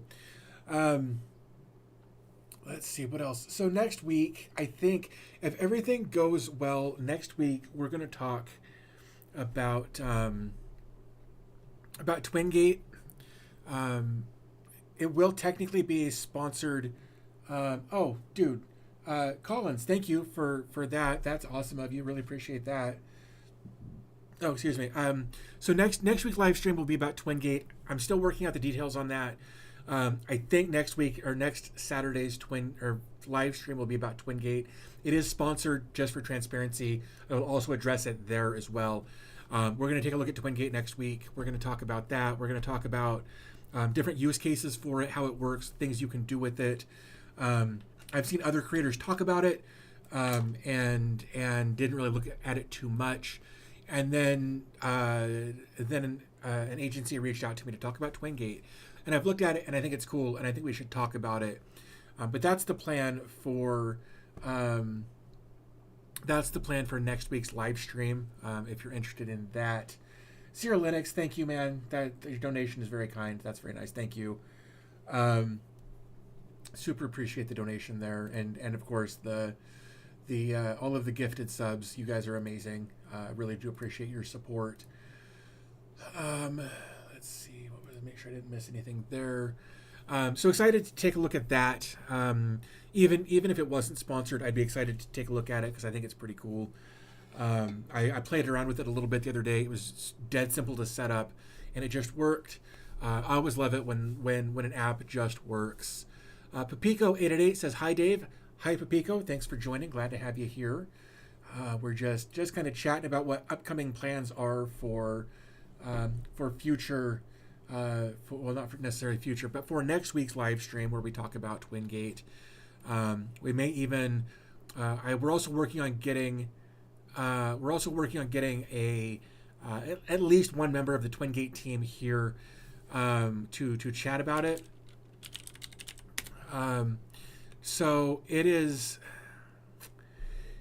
Yeah, we can just take a quick look at it just to give you an idea. Desktop. So basically, what this does is it's kind of like, they don't want me to use the word VPN because it's more than that. Basically, you can build out teams of people based on email addresses. You can build out, like teams that have, each team can have access to a certain resource or an entire network, or an individual can have access to an entire network, or just an individual resource. There's lots of different ways that you can build out your user base for this, and there are free options, I believe. Pricing. I clicked pricing. There it goes. All right. So with the starter for free, you can have up to 5 users, which I think is a great way to try it out. Let me zoom in on this. We're just going to check. There we go. So starter is remote access essentials for at-home users and testing. And this is what we're going to take a look at next week. It's up to 5 users, broad OS compatibility, including macOS, Windows, Linux, iOS, Android, and more, enterprise peer-to-peer connection, split tunneling, and conditional access controls for free. So what I thought was cool about that is once I got it set up, which was super, super easy, I was, similar to Tailscale, absolutely. I'm currently using an odd combination of TwinGate and Tailscale. TwinGate has far more reliable in my application. That's good to know. That's super good to know. So yeah, that's the plan. Like, I was able to very quickly and easily get a network built on the platform, on TwinGate's platform, get an agent installed on a piece of hardware back here behind me, and then from there, I was able to just like completely shut off the Wi-Fi on my phone. So I was on my wireless plan. I wasn't connected to Wi-Fi at all, but I was still able to access the resources that I gave myself remote access to. I was able to go to like 192.168.0.215, and I was able to access that thing even though I wasn't directly connected to my Wi-Fi. It was really, really neat. But we're going to take a look at all of that in next week's live stream. I'm actually really excited about it. Like I said, even if it wasn't a sponsored stream, I would talk about it because I think it's a cool product, and we should talk about it because it's a great solution. And there are things about it that I like over zero tier based on the last time I looked at zero tier. I'm not trying to dissuade anybody from using anything. We've talked about zero tier in the past and Tailscale. That's actually what I think I meant, but I really dig what TwinGate is doing, so we're going to talk about that next week. That's the plan anyway. As long as everything goes through with that, we'll talk about that next week. No. So Mr. Pops 2KO says, what's the business model for all these companies? Is it wrong to assume that they're just harvesting metadata and utilization? I think it's wrong to assume that. And the reason I say that is because, again, if we come over here and we take a look at their pricing, they actually do have other business models where it's, like for teams or for business, it's like the free tier is free for up to 5 users, right? So if you've got more than 5 users, then it becomes $5 per user per month, which really isn't bad. And that's up to 100 users. You also get, SSO via Google Workspace. You get SaaS application gating. I need to zoom that back in a little bit. Native device posture checks, multi-factor authentication for SSH and more, automated least privilege policies. Yes, there is a free tier that we're going to take a look at, but that's to give you an idea of how the service works, to see if you like it, to see if it's going to do the thing you want it to do. And if it does, and you need more than 5 users, then they've got, their Teams option for $5 per user per month. I think that is, if you do yearly, I don't have 100% clarification on that. But anyway, that's kind of the gist of it. They do have a free tier to let people try it out and use it for fewer than 5 people. But if you got more than 5 people, then $5 per user per month, not too bad. They provided an addition of their software for home personal use, helps get people who would influence decisions at the enterprise. Yep, Collins is really good at explaining that stuff. It's to get your feet wet. It's kind of like, it's kind of like, here, the first dose is free, but after that you're going to pay. Well, this is the first 5 users are free, and after that, then it's $5 per user per month. And you still get a 14-day trial of that. So, you can still check that out with all the bells and whistles if you want to go that route. You can also even go up farther than that. You can do $10 per user per month with up to 500 users. You get user provisioning and management via IDP, SSO via Okta, Intra ID, and more. Again, more device posturing and endpoint detection, secure service accounts, DNS filtering. So there's lots of different ways that you can go about doing this depending on what your use cases are. Bradley C says tools like Tailscale use very little resources for a company. Yep, I agree with that. And the best part is there are always other options that are available from companies that aren't for profit in the same capacity. Yep. So TwinGate is a proxy-based service like Cloudflare. It's a bit of both. It's a zero trust network solution, kind of like both Cloudflare tunnels and like Tailscale or Zero Tier. They've kind of built a hybrid kind of solution there.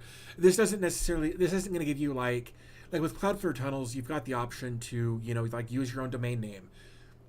And to my knowledge, the free version doesn't give us that. The other versions might. I don't know.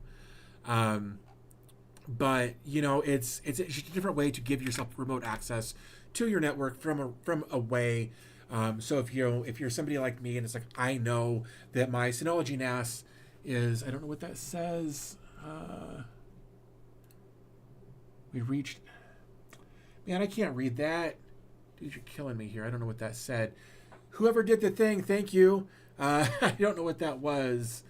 That was weird. Oh, we reached a goal. 220 followers achieved here on Twitch. Thank you for that.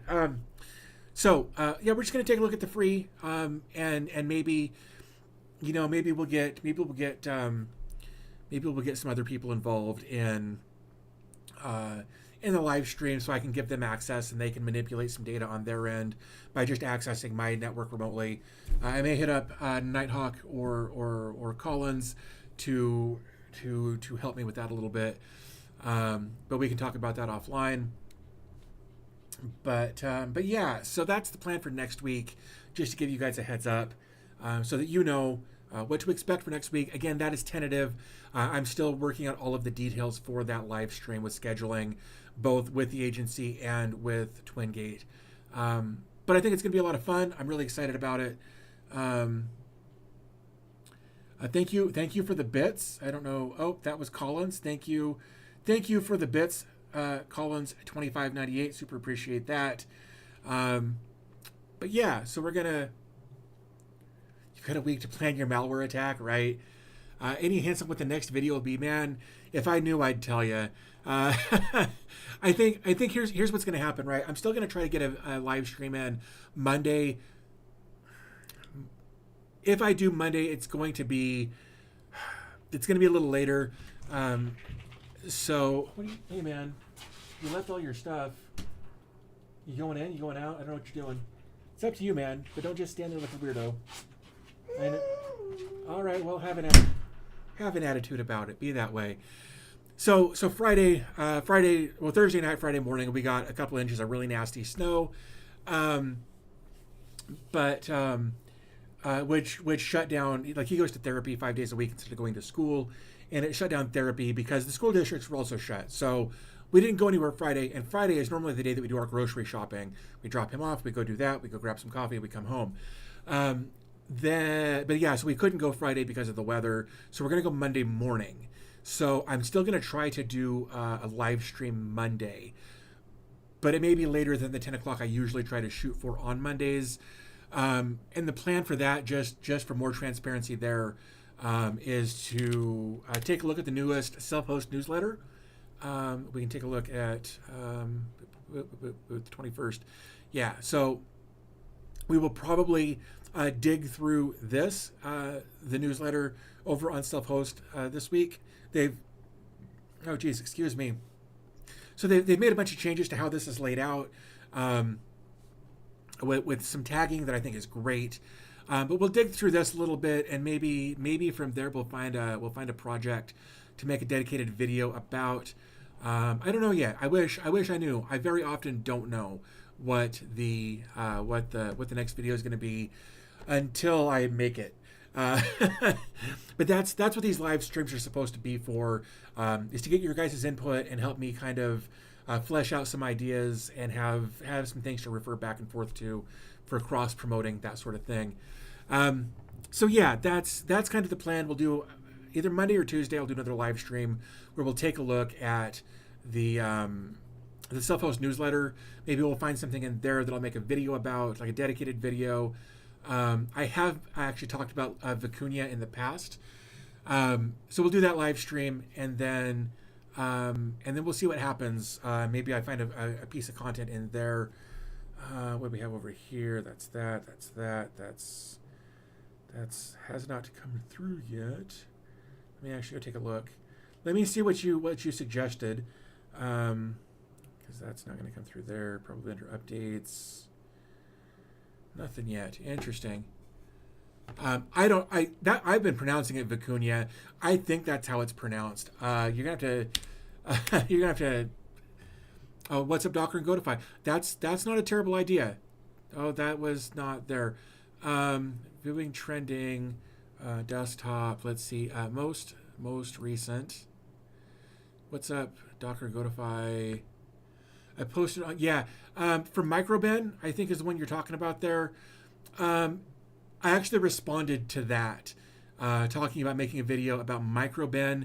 I've actually got a pretty lengthy response in there. I encourage you to take a look at there. I'll just share it here, and it's I'm not trying to dog anybody out. I'm not trying to be rude. It's just, here's why I probably won't make a video about that. Lots of information in there to take a look at.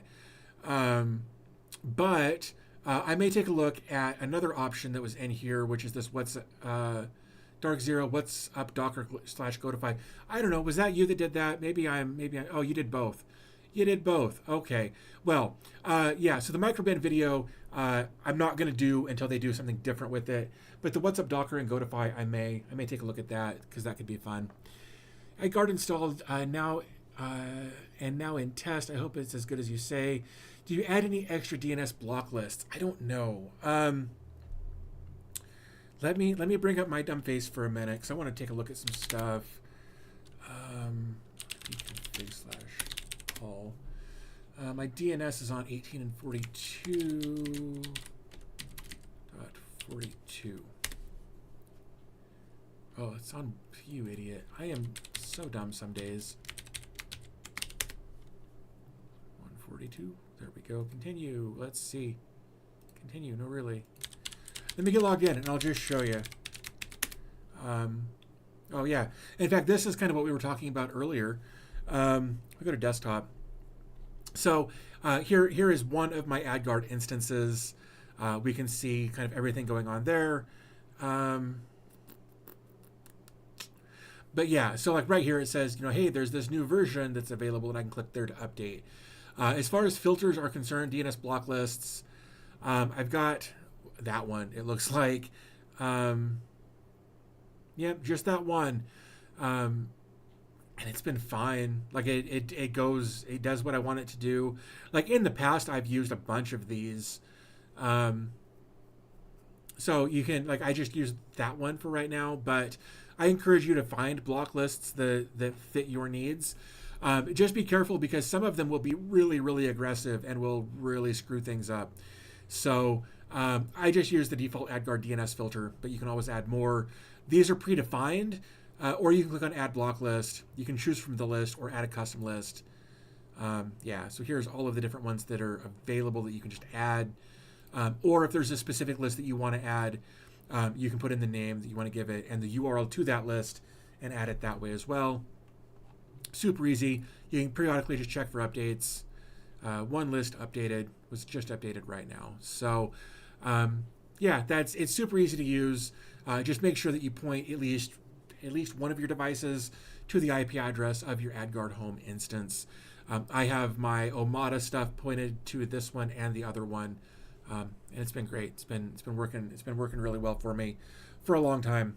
So yeah, lots of stuff coming up, both for content in live streams. We've got hardware stuff. We've got more videos coming up. All kinds of stuff to talk about coming up here on the channel. So yeah, I'm excited about all of it. I hope you guys are too. I want to thank everybody who has followed over on Twitch today.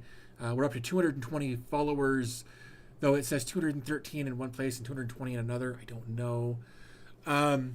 The subscriptions, the follows, the subs, all of that. Thank you guys. The donated subscriptions. Thank you all for that. That's been super nice. My plan for later today is to update the screen behind me to make sure I get all of the names updated there.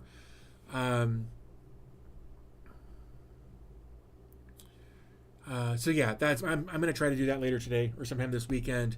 Hopefully I'll be able to do that. I've got all the files on my other computer. Mr. Graywell says I've become a huge fan of AdGuard running two for redundancy, including AdGuard Sync. That's exactly how I have mine set up. I just need to remember to make changes on the master for them to take effect. Yeah, I wish they would synchronize back and forth, but it only seems to synchronize both ways. So yeah, it would be nice to have if it would synchronize both. I don't know. We'll see. Technadium DNS has taken over my DNS needs. That's cool. I've looked at that. I didn't like the interface on it as much as I do with AdGuard. So I'll probably stick with AdGuard for the foreseeable future, unless something goes tragically wrong. Yeah, Collins, you're good. No worries, man. The fighter dev selected to use my dark theme and make it official in a future version. That's awesome. Well done, dude. Very cool. Oh, my live stream information over on here is a lie. There's no branded content. I don't know why that's there. There's no branded content on here, but it says it was. Interface is very 90s, but API is great. That's fair. And it's the aesthetic, the interface that kind of put me off on it. And I don't like working with APIs. It's just never been my jam. So, and that's what I dig about it. We can all do things differently and end up with more or less the same results. And that's the beauty of the self-hosting thing that we do here. All of that looks fine. Well, yeah. So that's kind of the update as far as what's going on with upcoming live streams and videos and that sort of thing. I'm definitely going to take a look at what's up Docker and Godify. I think that'll make a good video. There's no wrong way to eat a Reese's. I agree. I'm just lazy, so I automate. Yep, nothing wrong with that. I've got Ansible set up to automate my LXCs for that exact reason. And I wanted to learn at least a little Ansible and Semaphore, so I did. And really what I mean is I took somebody else's code and deployed it on my server and tweaked it a little bit and made it work. So yeah, I think with that said, man, we've been at this for 3 hours and 10 minutes roughly. And I can feel my voice starting to go. The coffee and the tea have helped, but they're only going to get me so far if I don't go give my voice a rest. So I think that's the plan. Is I'm going to go do that. I started playing Watch Dogs 2 again the other day, so I'm going to go probably do some more of that because I've been really enjoying that playthrough. I'm only a few hours in, but Mr. Graywell, thank you. Appreciate you being here as well. But yeah, like I said, it'll either be Monday later in the morning or Tuesday morning. I'll do another live stream where we'll take a look at the new self-host newsletter stuff. So hopefully I will check you guys then. Hopefully I'll see all you guys back here in the chat. This has been great. I'm really happy that with Meld, everything worked. Everything was great. Minus my filters kept turning themselves off for some reason. But it is what it is, as they say, and I'm gonna get out of here and go get my voice a rest. So thank you guys so much for hanging out with me for a few minutes today, and I'll talk to you guys in the next video.